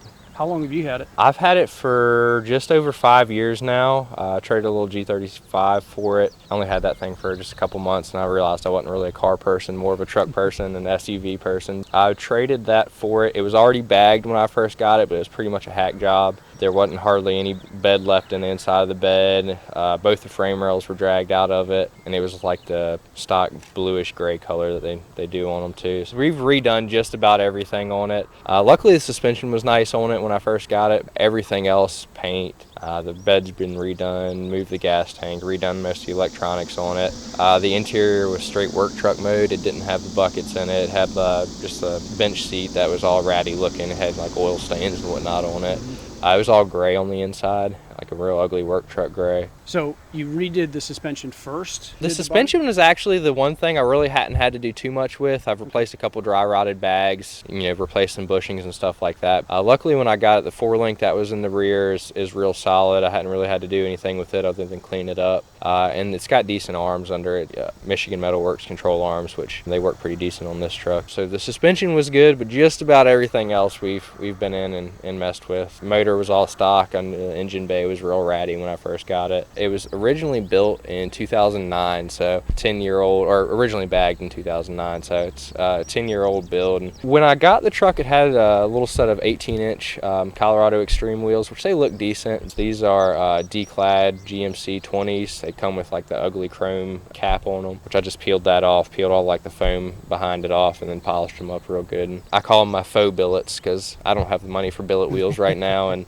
they kind of look like some fake billets. Now, for those folks that don't know anything about a bagged vehicle, you have almost infinite adjustment between your travel, or do you have set points? Right there, it's all the way on the ground. The frame is on the ground. If I put it in drive where it is, it wouldn't want to go anywhere, do a little burnout. My setup, how it is, it's all manual valves and air gauges, so I base my height off the air pressure in the bags, which I can control each corner of it. Got pretty good adjustability. You can load down the back and throw more air in the back. It's pretty nice, the adjustability, where on, say, a really slammed static truck, if you put 6 people in the bed, you'd be dragging and wouldn't be able to get anywhere, and it'd be kind of bad. I get people ask me all the time, how do you drive over speed bumps? Because they see it laid out at a gas station or something like that. Oh, we just hit these switches and go over it. Now, the ride quality. You said you just drove this thing from upstate New York back here to Virginia, and that's what, 12 hours? It's 9 hours the way the GPS says. Ride quality is all right. It makes little bumps feel not bad at all, but big bumps, it's still harsh. You said the engine was all stock. Have you done anything to the engine? It's got a header, little exhaust. It's got a little homemade intake that I did on it, and just some stuff to clean it up. Got rid of like the resonator and stuff like that. So what is it, like a 2-liter 4, or is it? It's a 2.8 liter 4-cylinder. That's a big 4. They made Colorados and Canyons with 2.8 4-cylinder and a 3.5 5-cylinder for the first couple years, and then they switched them to a 2.9 and a 3.7. For a couple years they made a V8, but not in the regular cab. Speaking of regular cab, extra cab,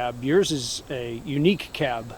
Yes, it's a convertible. It should be the only one that I know of that's actually a hardtop convertible where you can put the top back on it. There's a handful of roadster Colorados and Canyons, but as far as I know, it's the only one of that model that has a top to put back on it. That took about a year. Got it finished up right around this time last year. It was when all the paint work and everything got finished up on it. Definitely threw some people back with the convertible. It was more done in the older school mini trucking days, and that's kind of where I got the idea, was throw some of the old school into a newer school truck.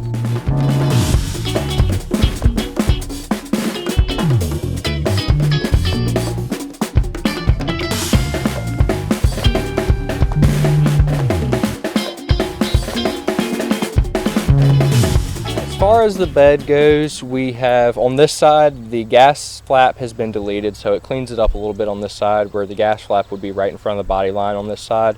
Body line's completely stock. Doesn't have the rear bumper that they come with. It's got a shaved roll pan in there. Other than that, the outside of the bed is pretty stock. I've got a shaved tailgate handle. The inside of the bed obviously has the raised bed floor, so the suspension can move up. I put the cup holders there in the top of the wheel wells.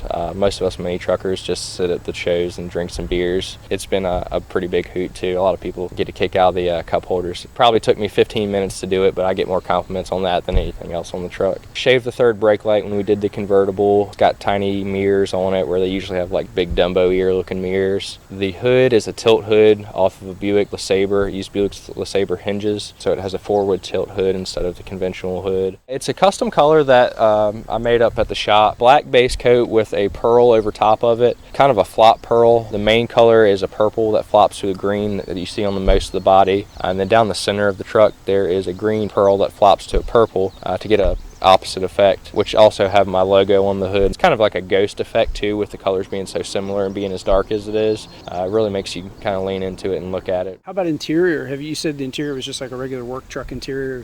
It was all stock when I got it. Done a good amount with it. It's not full show worthy yet. I hadn't done upholstery and whatnot. Cut the seat down to make it a bucket, or make them bucket seats. The dash is about the coolest thing on the interior. It's been completely smooth and painted, color matched to match the truck, which that was a bear. We had to pull the whole dash out, sand it down with like 180, and then go up from there and prime it, of course, and go from there. It's about as slick as the rest of the truck. That's the thing on the interior that I'm most proud about. It's got some small stuff, like a billet shifter. If you had to guess how many hours? I'd hate to add it all up. Yeah. I would hate to add it all up. Would you do it again, though? Oh yeah, in a heartbeat. I've got more I'm doing right now, yeah. Is this a vehicle that you never get rid of, or is this one that someday you can see moving on, depending on what you build later? It'd be really hard for me to get rid of it. With all my club logos on it and the headlights and the hood, I would have to sell it to somebody in my club if it did get sold. I don't think it's going to happen now. I'll probably keep it until it's rotted out and sitting in somebody's junkyard. It's not going anywhere. Build them, drag them, destroy them, and redo it. Try not to destroy it too much.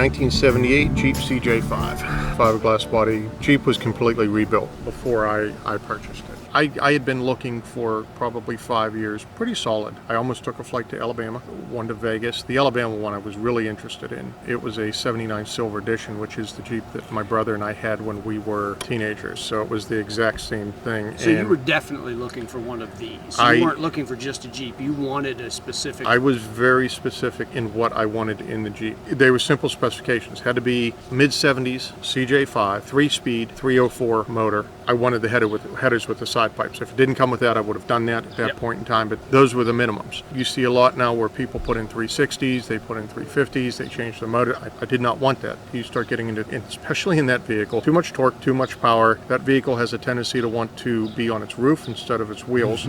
That's what Jeeps were known for. The 304 was the right mix. You could have gotten them in a 6-cylinder. The 258 didn't want that. I would find them here and there out of the blue. I again, Friday night researching, I came across this one and I just sent a little message out to whoever it was.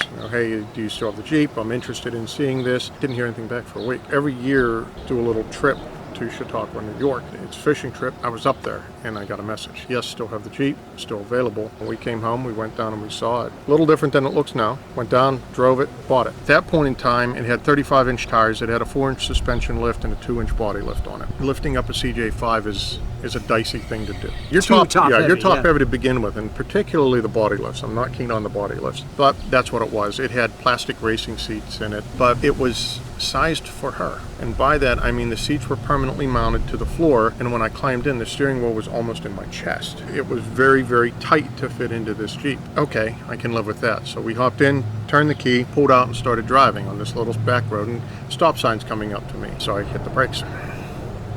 I started hitting the brakes further. What they didn't tell me and forgot to tell me, and I sometimes forget to tell people who I let to drive this, is it does not have power brakes. And if you have ever driven a car without power brakes, you actually have to push the brake pedal, which if you do in your regular car, you're going through the windshield. This one, I went through the stop sign instead. So I'm like, okay, it doesn't have power brakes. I can live with this. I just need to know I have to push. Went back and made an offer and basically drove it home. CJ5 was the more popular one. And then 60 Minutes did a thing on the CJ5 just like they did on the Ford Pinto, saying the CJ5 rolls over too easily. Gave it a very bad name. CJ7 had a longer wheelbase, so the CJ7 didn't have the same rollover tendencies that the CJ5 had. By, I think, 1980, they pulled the CJ5 out and it was strictly CJ7s from there on out. We bought it. It's a beautiful color red, if you're a red fan. I'm not necessarily a red car fan. One of the first things I planned on doing was painting this thing. Yeah, obviously it hasn't been painted in 2 years and isn't going to get painted because the paint job on it was very very well done and is immaculate, and I have a really hard time looking at a vehicle and saying the paint job is perfect on it, let's sand it and paint it again. I just can't do that. I've gotten used to the red. Instead of painting the first year, wintertime is the time to work on these vehicles because that only has a bikini top on it. I went to Corbeau Seats, who I used for the Barracuda as well. They make a lot of different racing style seats, but the one thing that they really do a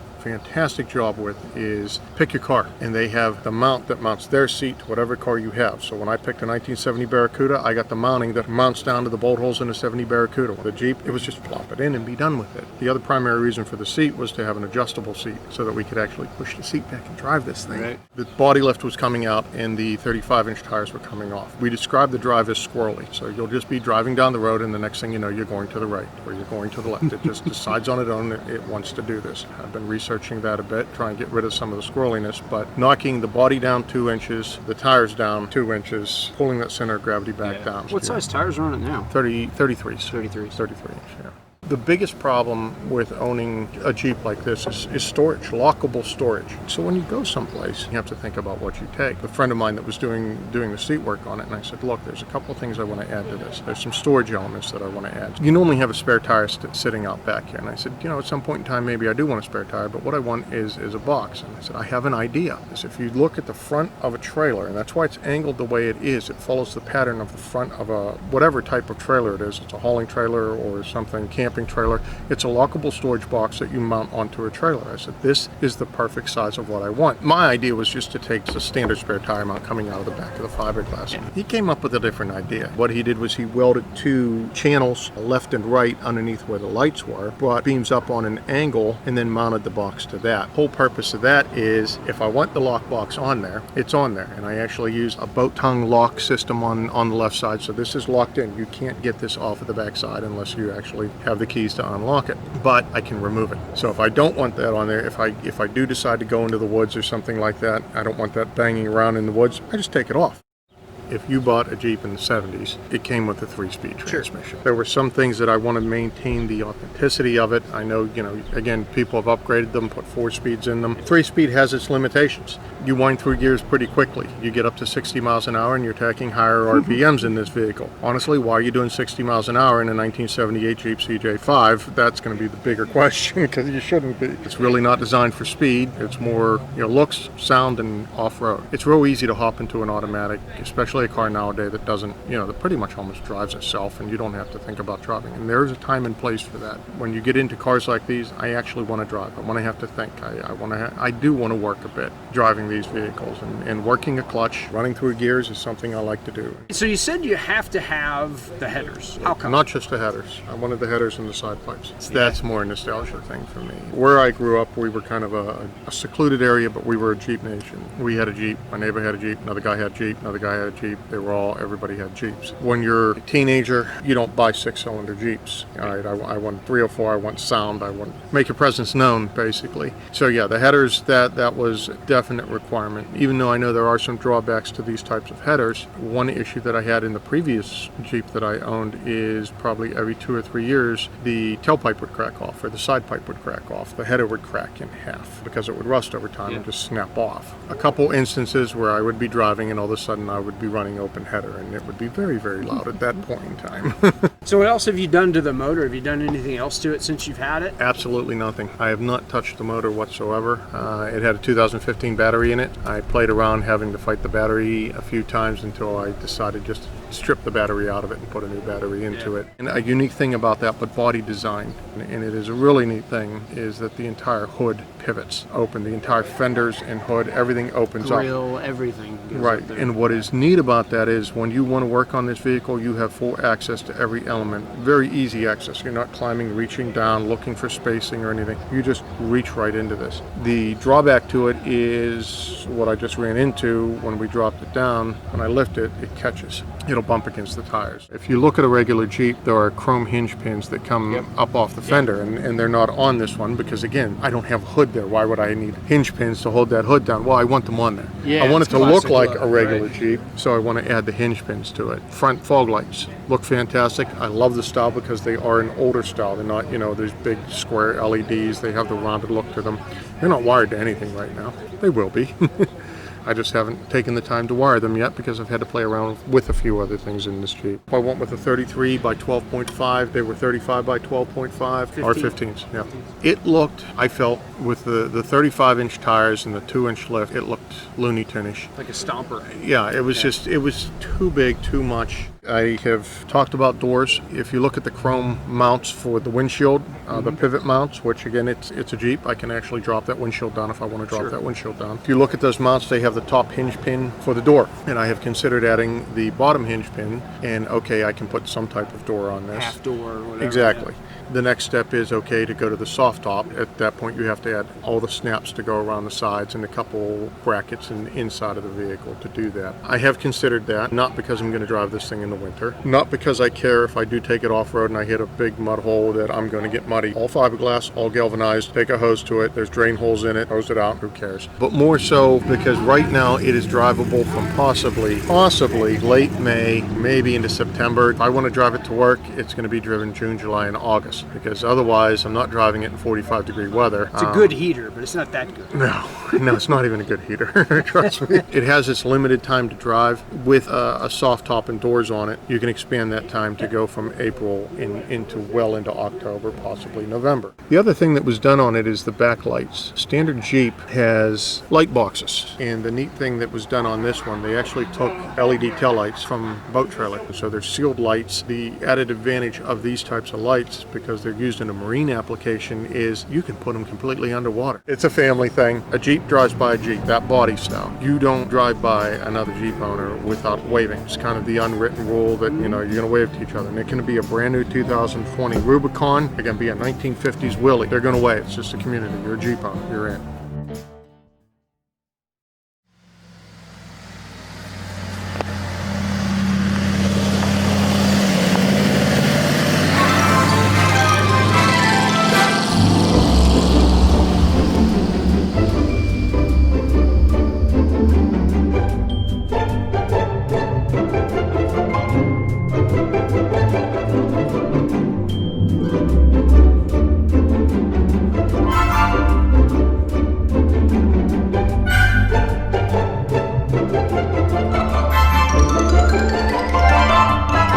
1994 Jeep Wrangler YJ, well, body and frame.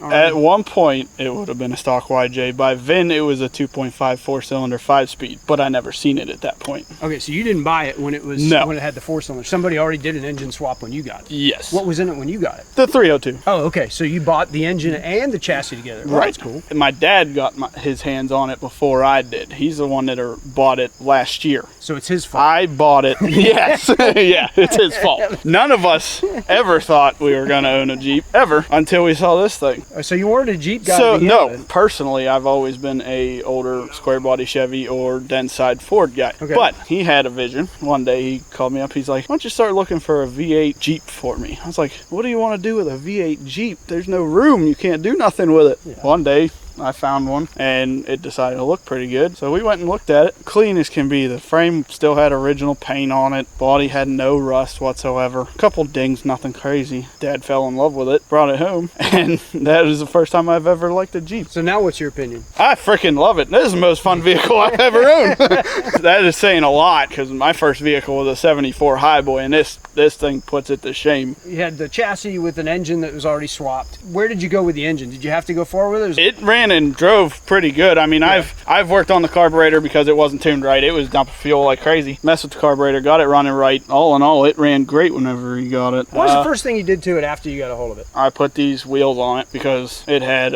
aluminum slot 1970s Ford wheels on it, and I didn't personally care for them. They were too skinny. They were 15 by 8.5, and I wanted a deeper dish wheel that looked a little bit more badass. These are 15 by 10 Procoms. I found these in Ohio. I bought them. They're brand new, never been mounted. My dad put the brand new BFGs on here. I got the new wheels and they turned out to be a perfect match. I know when we first talked about it that you had a little bit of an issue when you had the tires mounted. Yeah, it costs a lot of money to put these on. Where did it start going south? Whenever I showed up with the wheels, I come to From the very well, I pulled the wheels out of the Jeep, told them what I wanted done. So they started dismounting the tires, and then they come out and they tell me, hey, you need different lug nuts, because the lug nuts are not made for steel wheels, which the lug nuts I had went with those aluminum slots, and they were the extended acorn style. They were a half an inch longer than what they needed to be, and it didn't even sit flush with the wheel. So I had to buy all new lug nuts, which there's roughly $40. Whenever I got the wheels, they only had 2 of the specialty stainless valve stems. They had to track down and buy 2 more, which those were $25 a piece. So there's another $50. Talk about the valve stems for a second, because those folks that don't know about bead locks. So the lip sticks up a good bit. So where the valve stem comes out of the lip of the wheel, it has to come out and then do a 45. The only ones that they had that were stainless were straight, so you couldn't get to them. They had to find ones that had the 45-degree angle. Surprise. Yeah, $25 a piece for a valve stem. And then they were having trouble getting them to seat, so they'd use the balance beads instead of weights, because I didn't want weights on the wheels at all. I didn't want them to scratch it up. All in all, it was almost a $300 bill. The finished product looks great. I couldn't be happier. Awesome. And what size tire is that? Those are 35 by 1250 15 BF Goodrich KM3s. And you have how much lift on this? There is roughly 10 inches of lift on this. It's got the spring over axle lift, which gives you 6 inches. The body has 1-inch poly spacers on it. It's not enough to make the body want to roll. The rear end is a Ford 8.8 out of a Ford Explorer, and it has a locker, and it actually has axle trusses to strengthen the rear end so it doesn't twist or break. The tubes don't separate from the pumpkin or anything like that. Yeah. The front is a Dana 44 out of an early Bronco. It already had spring over perches and everything on it, so it was a pretty well fit axle. I mean, you didn't have to change anything. Width is perfect for it. They work out great. From what you just said, that's a pretty good ratio for both highway and a little bit off-road. Right. I mean, I can do 100 down the highway without an issue, and I do it a lot, actually. There's no bounce and no death wobble. It drives great. The 410 gears, it does amazing. It's not slow. It's not too high geared for something like that. I love the way it rides, honestly. It does have a transfer case drop, but the transmission, transfer case, and all that, actually it has a drop cross member. So the angle's right, and then it's got the double cardan yoke rear drive shaft so that the angle is fixed. So it's got technically 3 U-joint setups so that it can correct the angle itself, and it's not too terrible. It doesn't bind or anything like that. I mean, I've had it flexing off-road and all that, and it doesn't, no give, no snaps, none of that. It does great. I know I have the capability to do whatever I want off-road. So one of the farthest cruises I've went to, I live in Trenton, so going to Shalakta is a pretty decent ride. I mean, it's 45 minutes to an hour, depending on which way you take. It was 95 degrees out, and that was the first time I've ever taken it that far from my house. 3/4 of the way home, and I started seeing fluid spill out onto the transmission tunnel. I was like, what From inside while you're driving. From inside underneath the shifter boot, and I'm like, what the hell is that? So I got home, I took the shifter boot, the cover plate and everything off so I could see the top of the transmission, and it was leaking out from the shifter, like where the ball is on the top of the shifter. I'm like, what? So I did some research on the NP435 transmission out of an older Ford F-150. Come to find out, the vent hole is the ball of the shifter. Whenever it gets hot, or it's got too much fluid in it, that's where it goes. It comes out the shifter and it'll spray everything underneath it. So I took the drain plug out so I could check the level, make sure it wasn't overfull. It was overfull about a 1/2 quart. So I let that drain out, put the drain plug back in. It hasn't done it since. It's a 91 block out of a Fox body. Everybody recognizes the sound whenever I'm driving, and they're like, whoa, that's coming out of a Jeep. Me personally, I would never trade this for the straight 6 or the 4-cylinder that they came with any day. You'll never have the amount of torque or power. When you get on it, it twists the frame. I mean, it goes. The paint is roughly 2 years old, and it's not a bad paint job. It was done by Mako. I'm picky. I can see a few flaws in it. I mean, anybody can. It's not a bad looking blue for what it is. I like the color. The bottom of the tub and everything was rhino lined. The inside is totally rhino lined. Then I Raptor lined the hard top, so it matches. Everything's done to last. Right now it has short headers for a Fox body into straight dulls the whole way back, glass packed mufflers. I mean, it's loud, obnoxious, raspy, whatever. It sounds good. It sounds good for what it is. Everybody tells me I should put side pipes on it. These YJs, the cross member and the skid plate kind of stops you from doing that. And you almost have to either dump it in front of the axle or bring it out to the corners like it is, which they'll probably stay that way.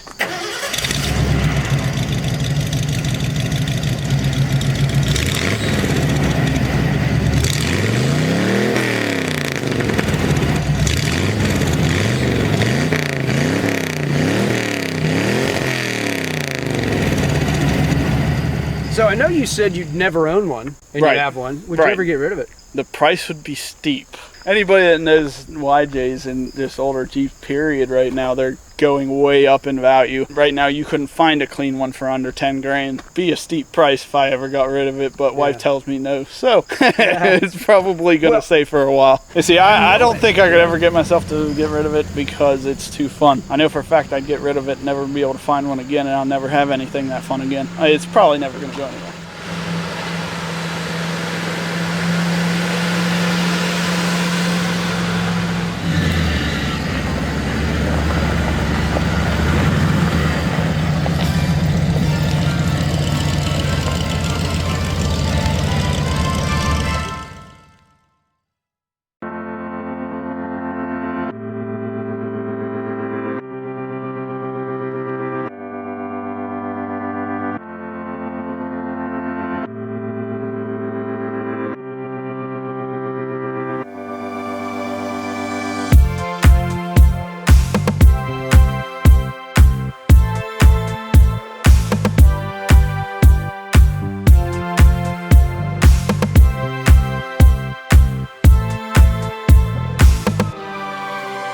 This is a 1966 Rambler American 440 convertible. It's the top of the line 440 model. Now 440 does not stand for the cubic inches. Nice. Unfortunately, it's actually the model. The 220 was the base, bottom line, basic transportation, rubber mat kind of car. This was the more upscale, nice carpet, more trim, nice chrome, upscale, small car. And how long have you had it?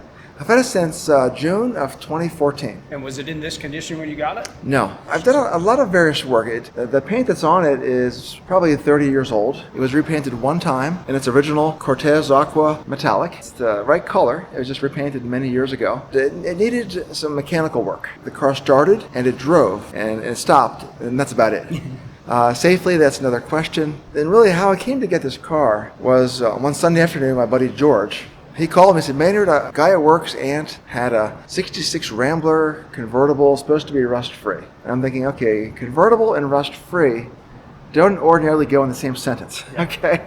Convertible tops would get leaks, and then water would get in, rust the floor pans, and convertibles have a very low survivor rate in general among all makes and models. And I also didn't know if it was an American, a classic, an ambassador. You know, what size Rambler? I mean, that was the brand. It could have been any size, the large, medium, or small. But it's worth a while because Rambler convertibles are quite rare. So George and I went out over to a place in Trouttville, brought a big lift along, a big jack, and we wanted to check for rust first. That's the biggest deal. If it has extensive rust, that can be very expensive, time-consuming, or even a deal breaker, depending on how severe the rust is. So it seemed like 10 minutes George was underneath the car. And he finally emerged from the back of the car, expecting to hear the worst. I expected, okay, Maynard, it's rusted out. And he says, Maynard, I can't find a speck of rust underneath the car. And I'm like, I thought to myself, I'm buying this car today.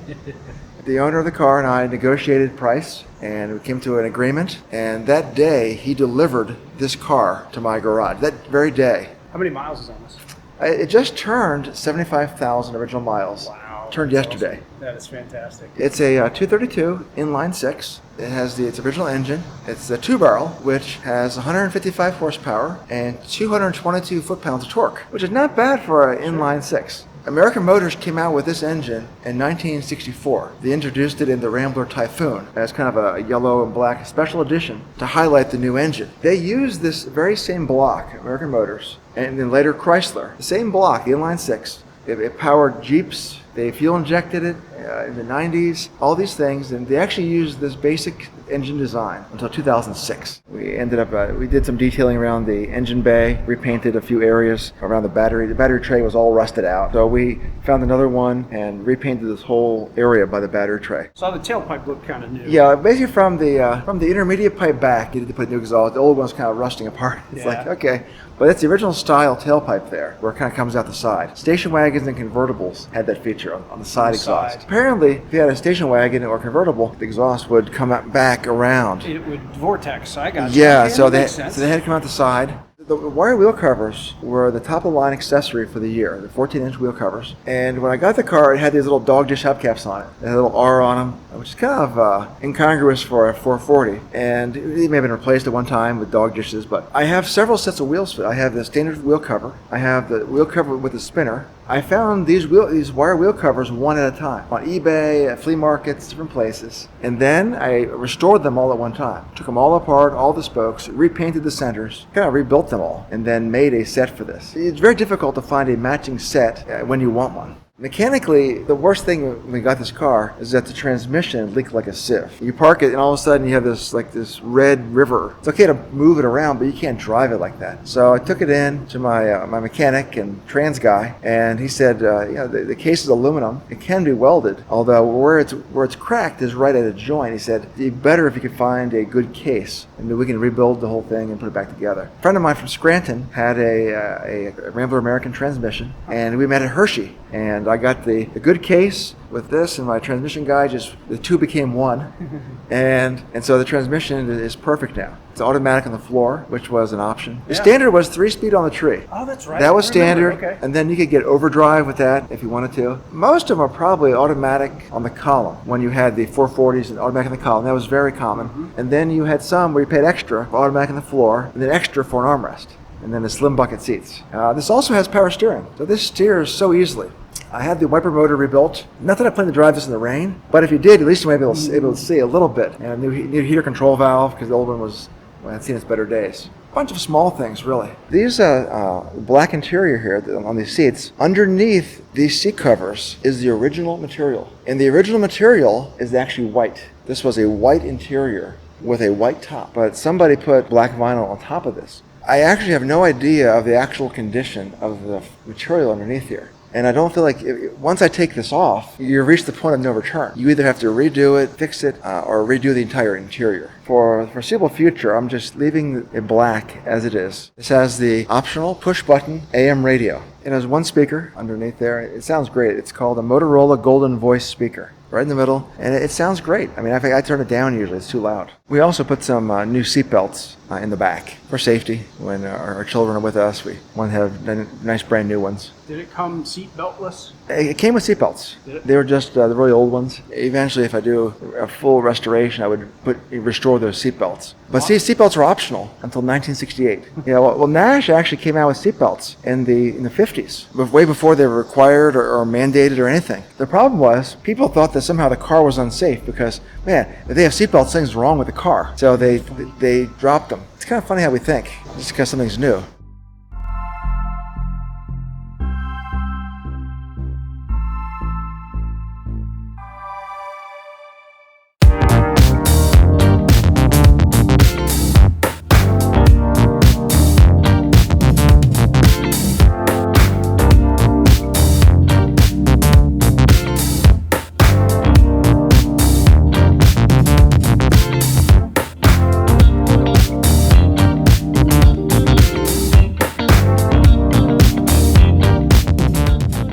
This is my 1992 Buick Berry White Campagnolo Roadmaster Limited Edition. I bought it about 6 years ago. I got it from a guy. He had owned it for about a year, and he got it from the original owner. And the original owner took really good care of it. He always had it under a shed or a garage or whatever. Mm-hmm.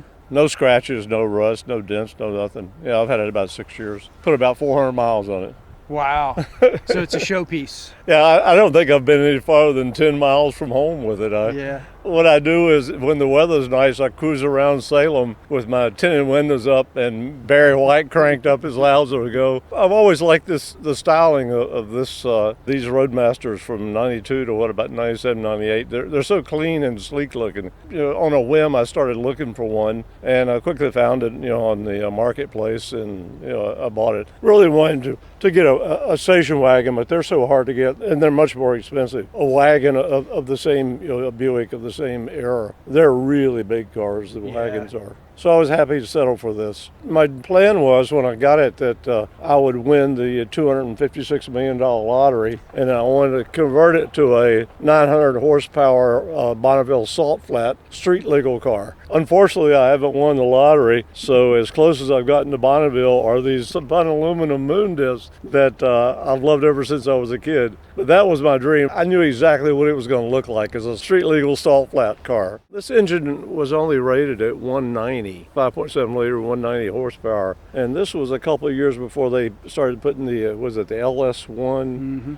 the really nice LS1 in the Roadmasters, which had 50 or 60 or 70 more horsepower and much better fuel economy, much better engine than this car. It'll go as fast as I need it to go. So the first thing I did was I had Richard's Auto Alignment here in Salem slam it. They put new spindles on the front, new coil springs on the back, slammed it 2 inches. Funny thing was when I went to pick it up, Mr. Richards was there and he laughed and said, yeah, he said, it handles like a sports car now. And I got in it and drove it, and sure as hell it doesn't handle like a sports car, but it handles a lot better with what he did to it than it did before. So then I took it 1 block down the street and had Robert's muffler in Salem put Flowmaster Super 44s on it because I wanted some noise. I wanted it to rumble a little bit.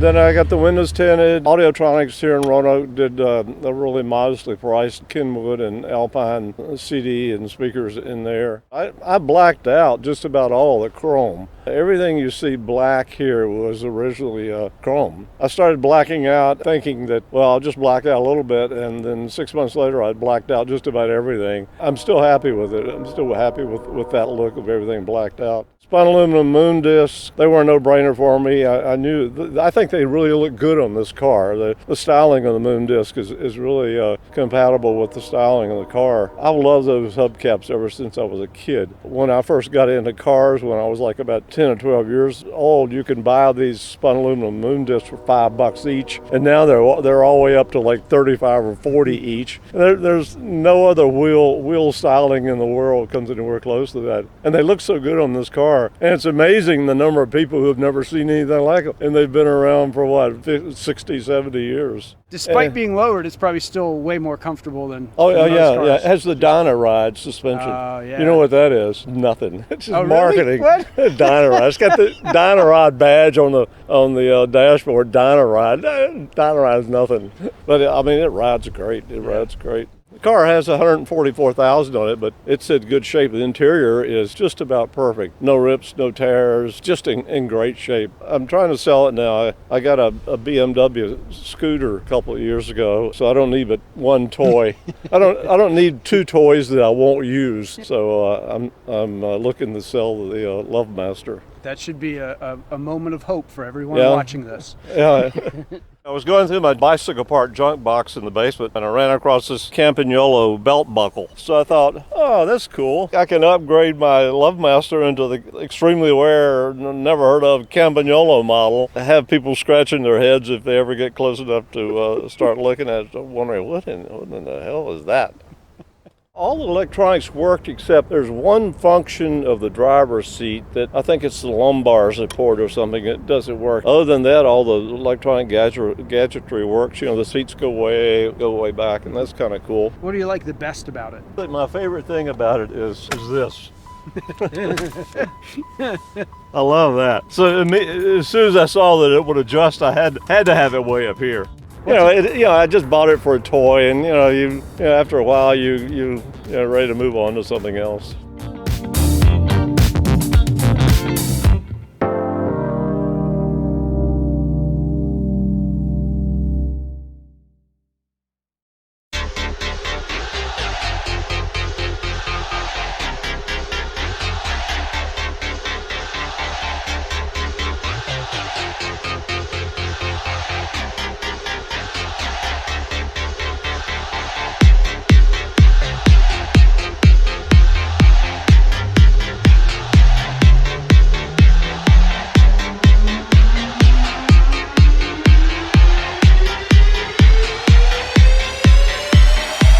2017 Chevy Corvette Z06. It has a Z07 package on it. Came with the Stage 2 spoilers, Stage 2 splitter, carbon ceramic brakes, some other little visuals. Mainly the Z07 package is just suspension. I've had it for about 2.5 years now. I bought it with 1,400 miles on it. It's got about 11,000 on it now. Were you looking specifically for this car? Yeah, and it actually took me quite a bit of time to find it. It took me about 3 months, and I ended up having to get it out of Frederick, Maryland. I was really particular. I wanted this color. I wanted the Z07 package for all the ground effects. I didn't care if it was an automatic or a manual because I was so picky with everything else. The only thing that this car had when I bought it that I didn't like was chrome wheels, so I swapped the wheels out for black. My previous car I had heavily modified. It was to the point that it wasn't even reliable anymore, so I wanted to modify this. I didn't want to keep it stock. I wanted to have a little bit of an edge, but I still wanted to keep reliability in it. So stock, off the floor, what are you talking about as far as horsepower wise? The factory rates them at 650.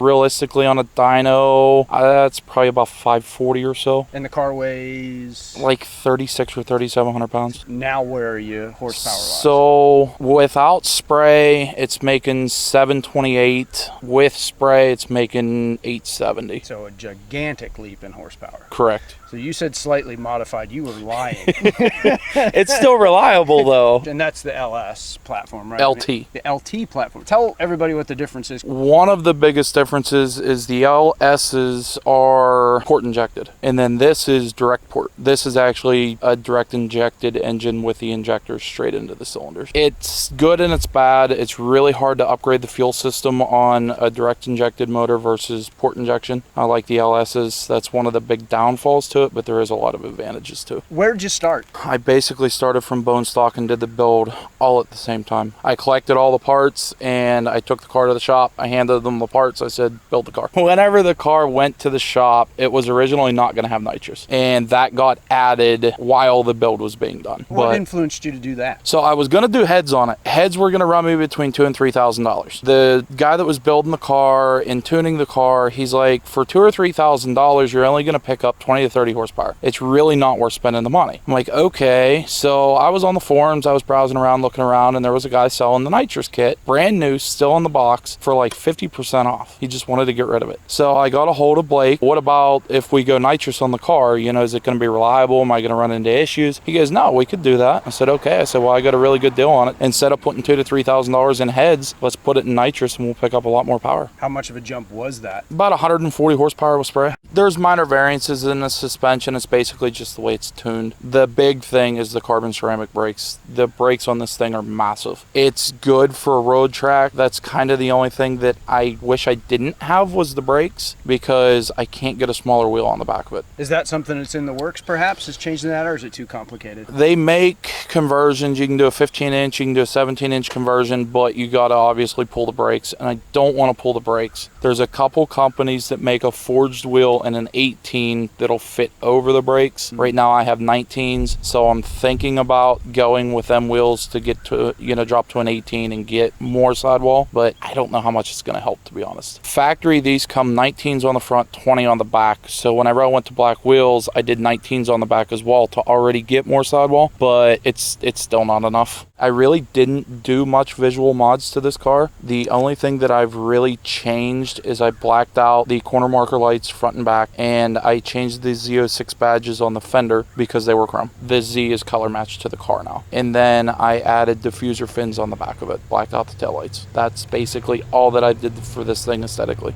So as far as mods to the engine, it has a Haltech intake to a K-Tech 103 millimeter throttle body. The blower's ported, the snout's opened up to a 103 as well. It's got a 2.3 supercharger pulley, a 9% overdrive crank pulley for more boost, a Weapon X track attack heat exchanger, and the Granatelli expansion tank for added coolant capacity. The valve covers are Weapon X's valve covers. They were ground for gap ties, which is what the plate is on the car as well.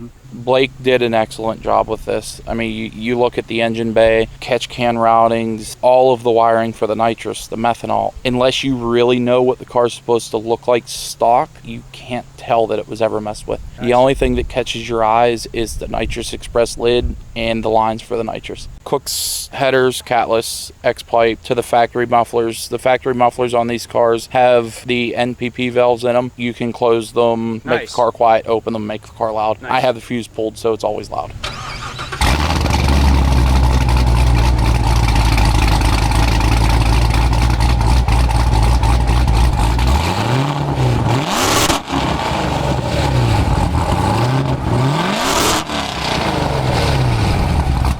Car has a Texas Speed Stage 3 cam in it. It's stock head, stock bottom end. It has a direct port methanol setup on it. It's an Elke control pump with controller and then nitrous express solenoids and nozzles. The nitrous kit is nitrous express. It has nitrous spray bars for direct port nitrous. It has its own dedicated fuel cell for the nitrous. It's a nitrous outlet fuel cell holding C16 fuel. Car's tuned on E85. It has a flex fuel sensor tune on it. The car will automatically adjust for E85%. In the spring, we'll get them out. We'll burn the fuel out of the tank. We'll convert back over to E85. It's as simple as filling the tank and the car adjusts. We run all summer on E85, and in the fall, whenever the temps start dropping, the 85% starts going down at the pumps. We run them as dry as we can get, fill it up with pump 93. We'll run 1 or 2 tanks out just to flush the system and park them for the winter. I have HP Tuner software. That's what the car was tuned with. The car was built and tuned from Blake at Top Speed Cincy in Cincinnati, Ohio. He did 2 tunes on the car. So I have a street tune, which is all motor and 50 shot tune. And then I have my race tune with the money shot, the 150 shot. Why'd you start with a Corvette? Have you always been a Corvette fan, or was this just something that grew on you? I was never a really big Corvette fan until the C7 came out. My dream car the whole way growing up as a kid, I always wanted a Viper. I was going to buy a brand new Viper ACR. I went and looked at one. I'm a bigger guy. It was not comfortable to be in. This was second on the list. I really like these as well. I went, sat in one, and I'm like, yeah, this is way better. I didn't want to go Camaro. My wife has the CTS-V, so I kind of wanted to get into a different platform for where she was at. Basically just a street car. I really don't race it a lot. I don't road course. If I go to the drag strip, it's once or twice a year. I didn't even go at all this year. I take it out. I have fun on the street. I go cruise with friends, go down to the city, hang out, make some hits down in Mexico, and that's about it. Would you ever get rid of it? Probably not. I mean, everything has its price. If I had to get rid of it, someone would have to give me money to go buy a McLaren 720S, and it's probably not happening. So.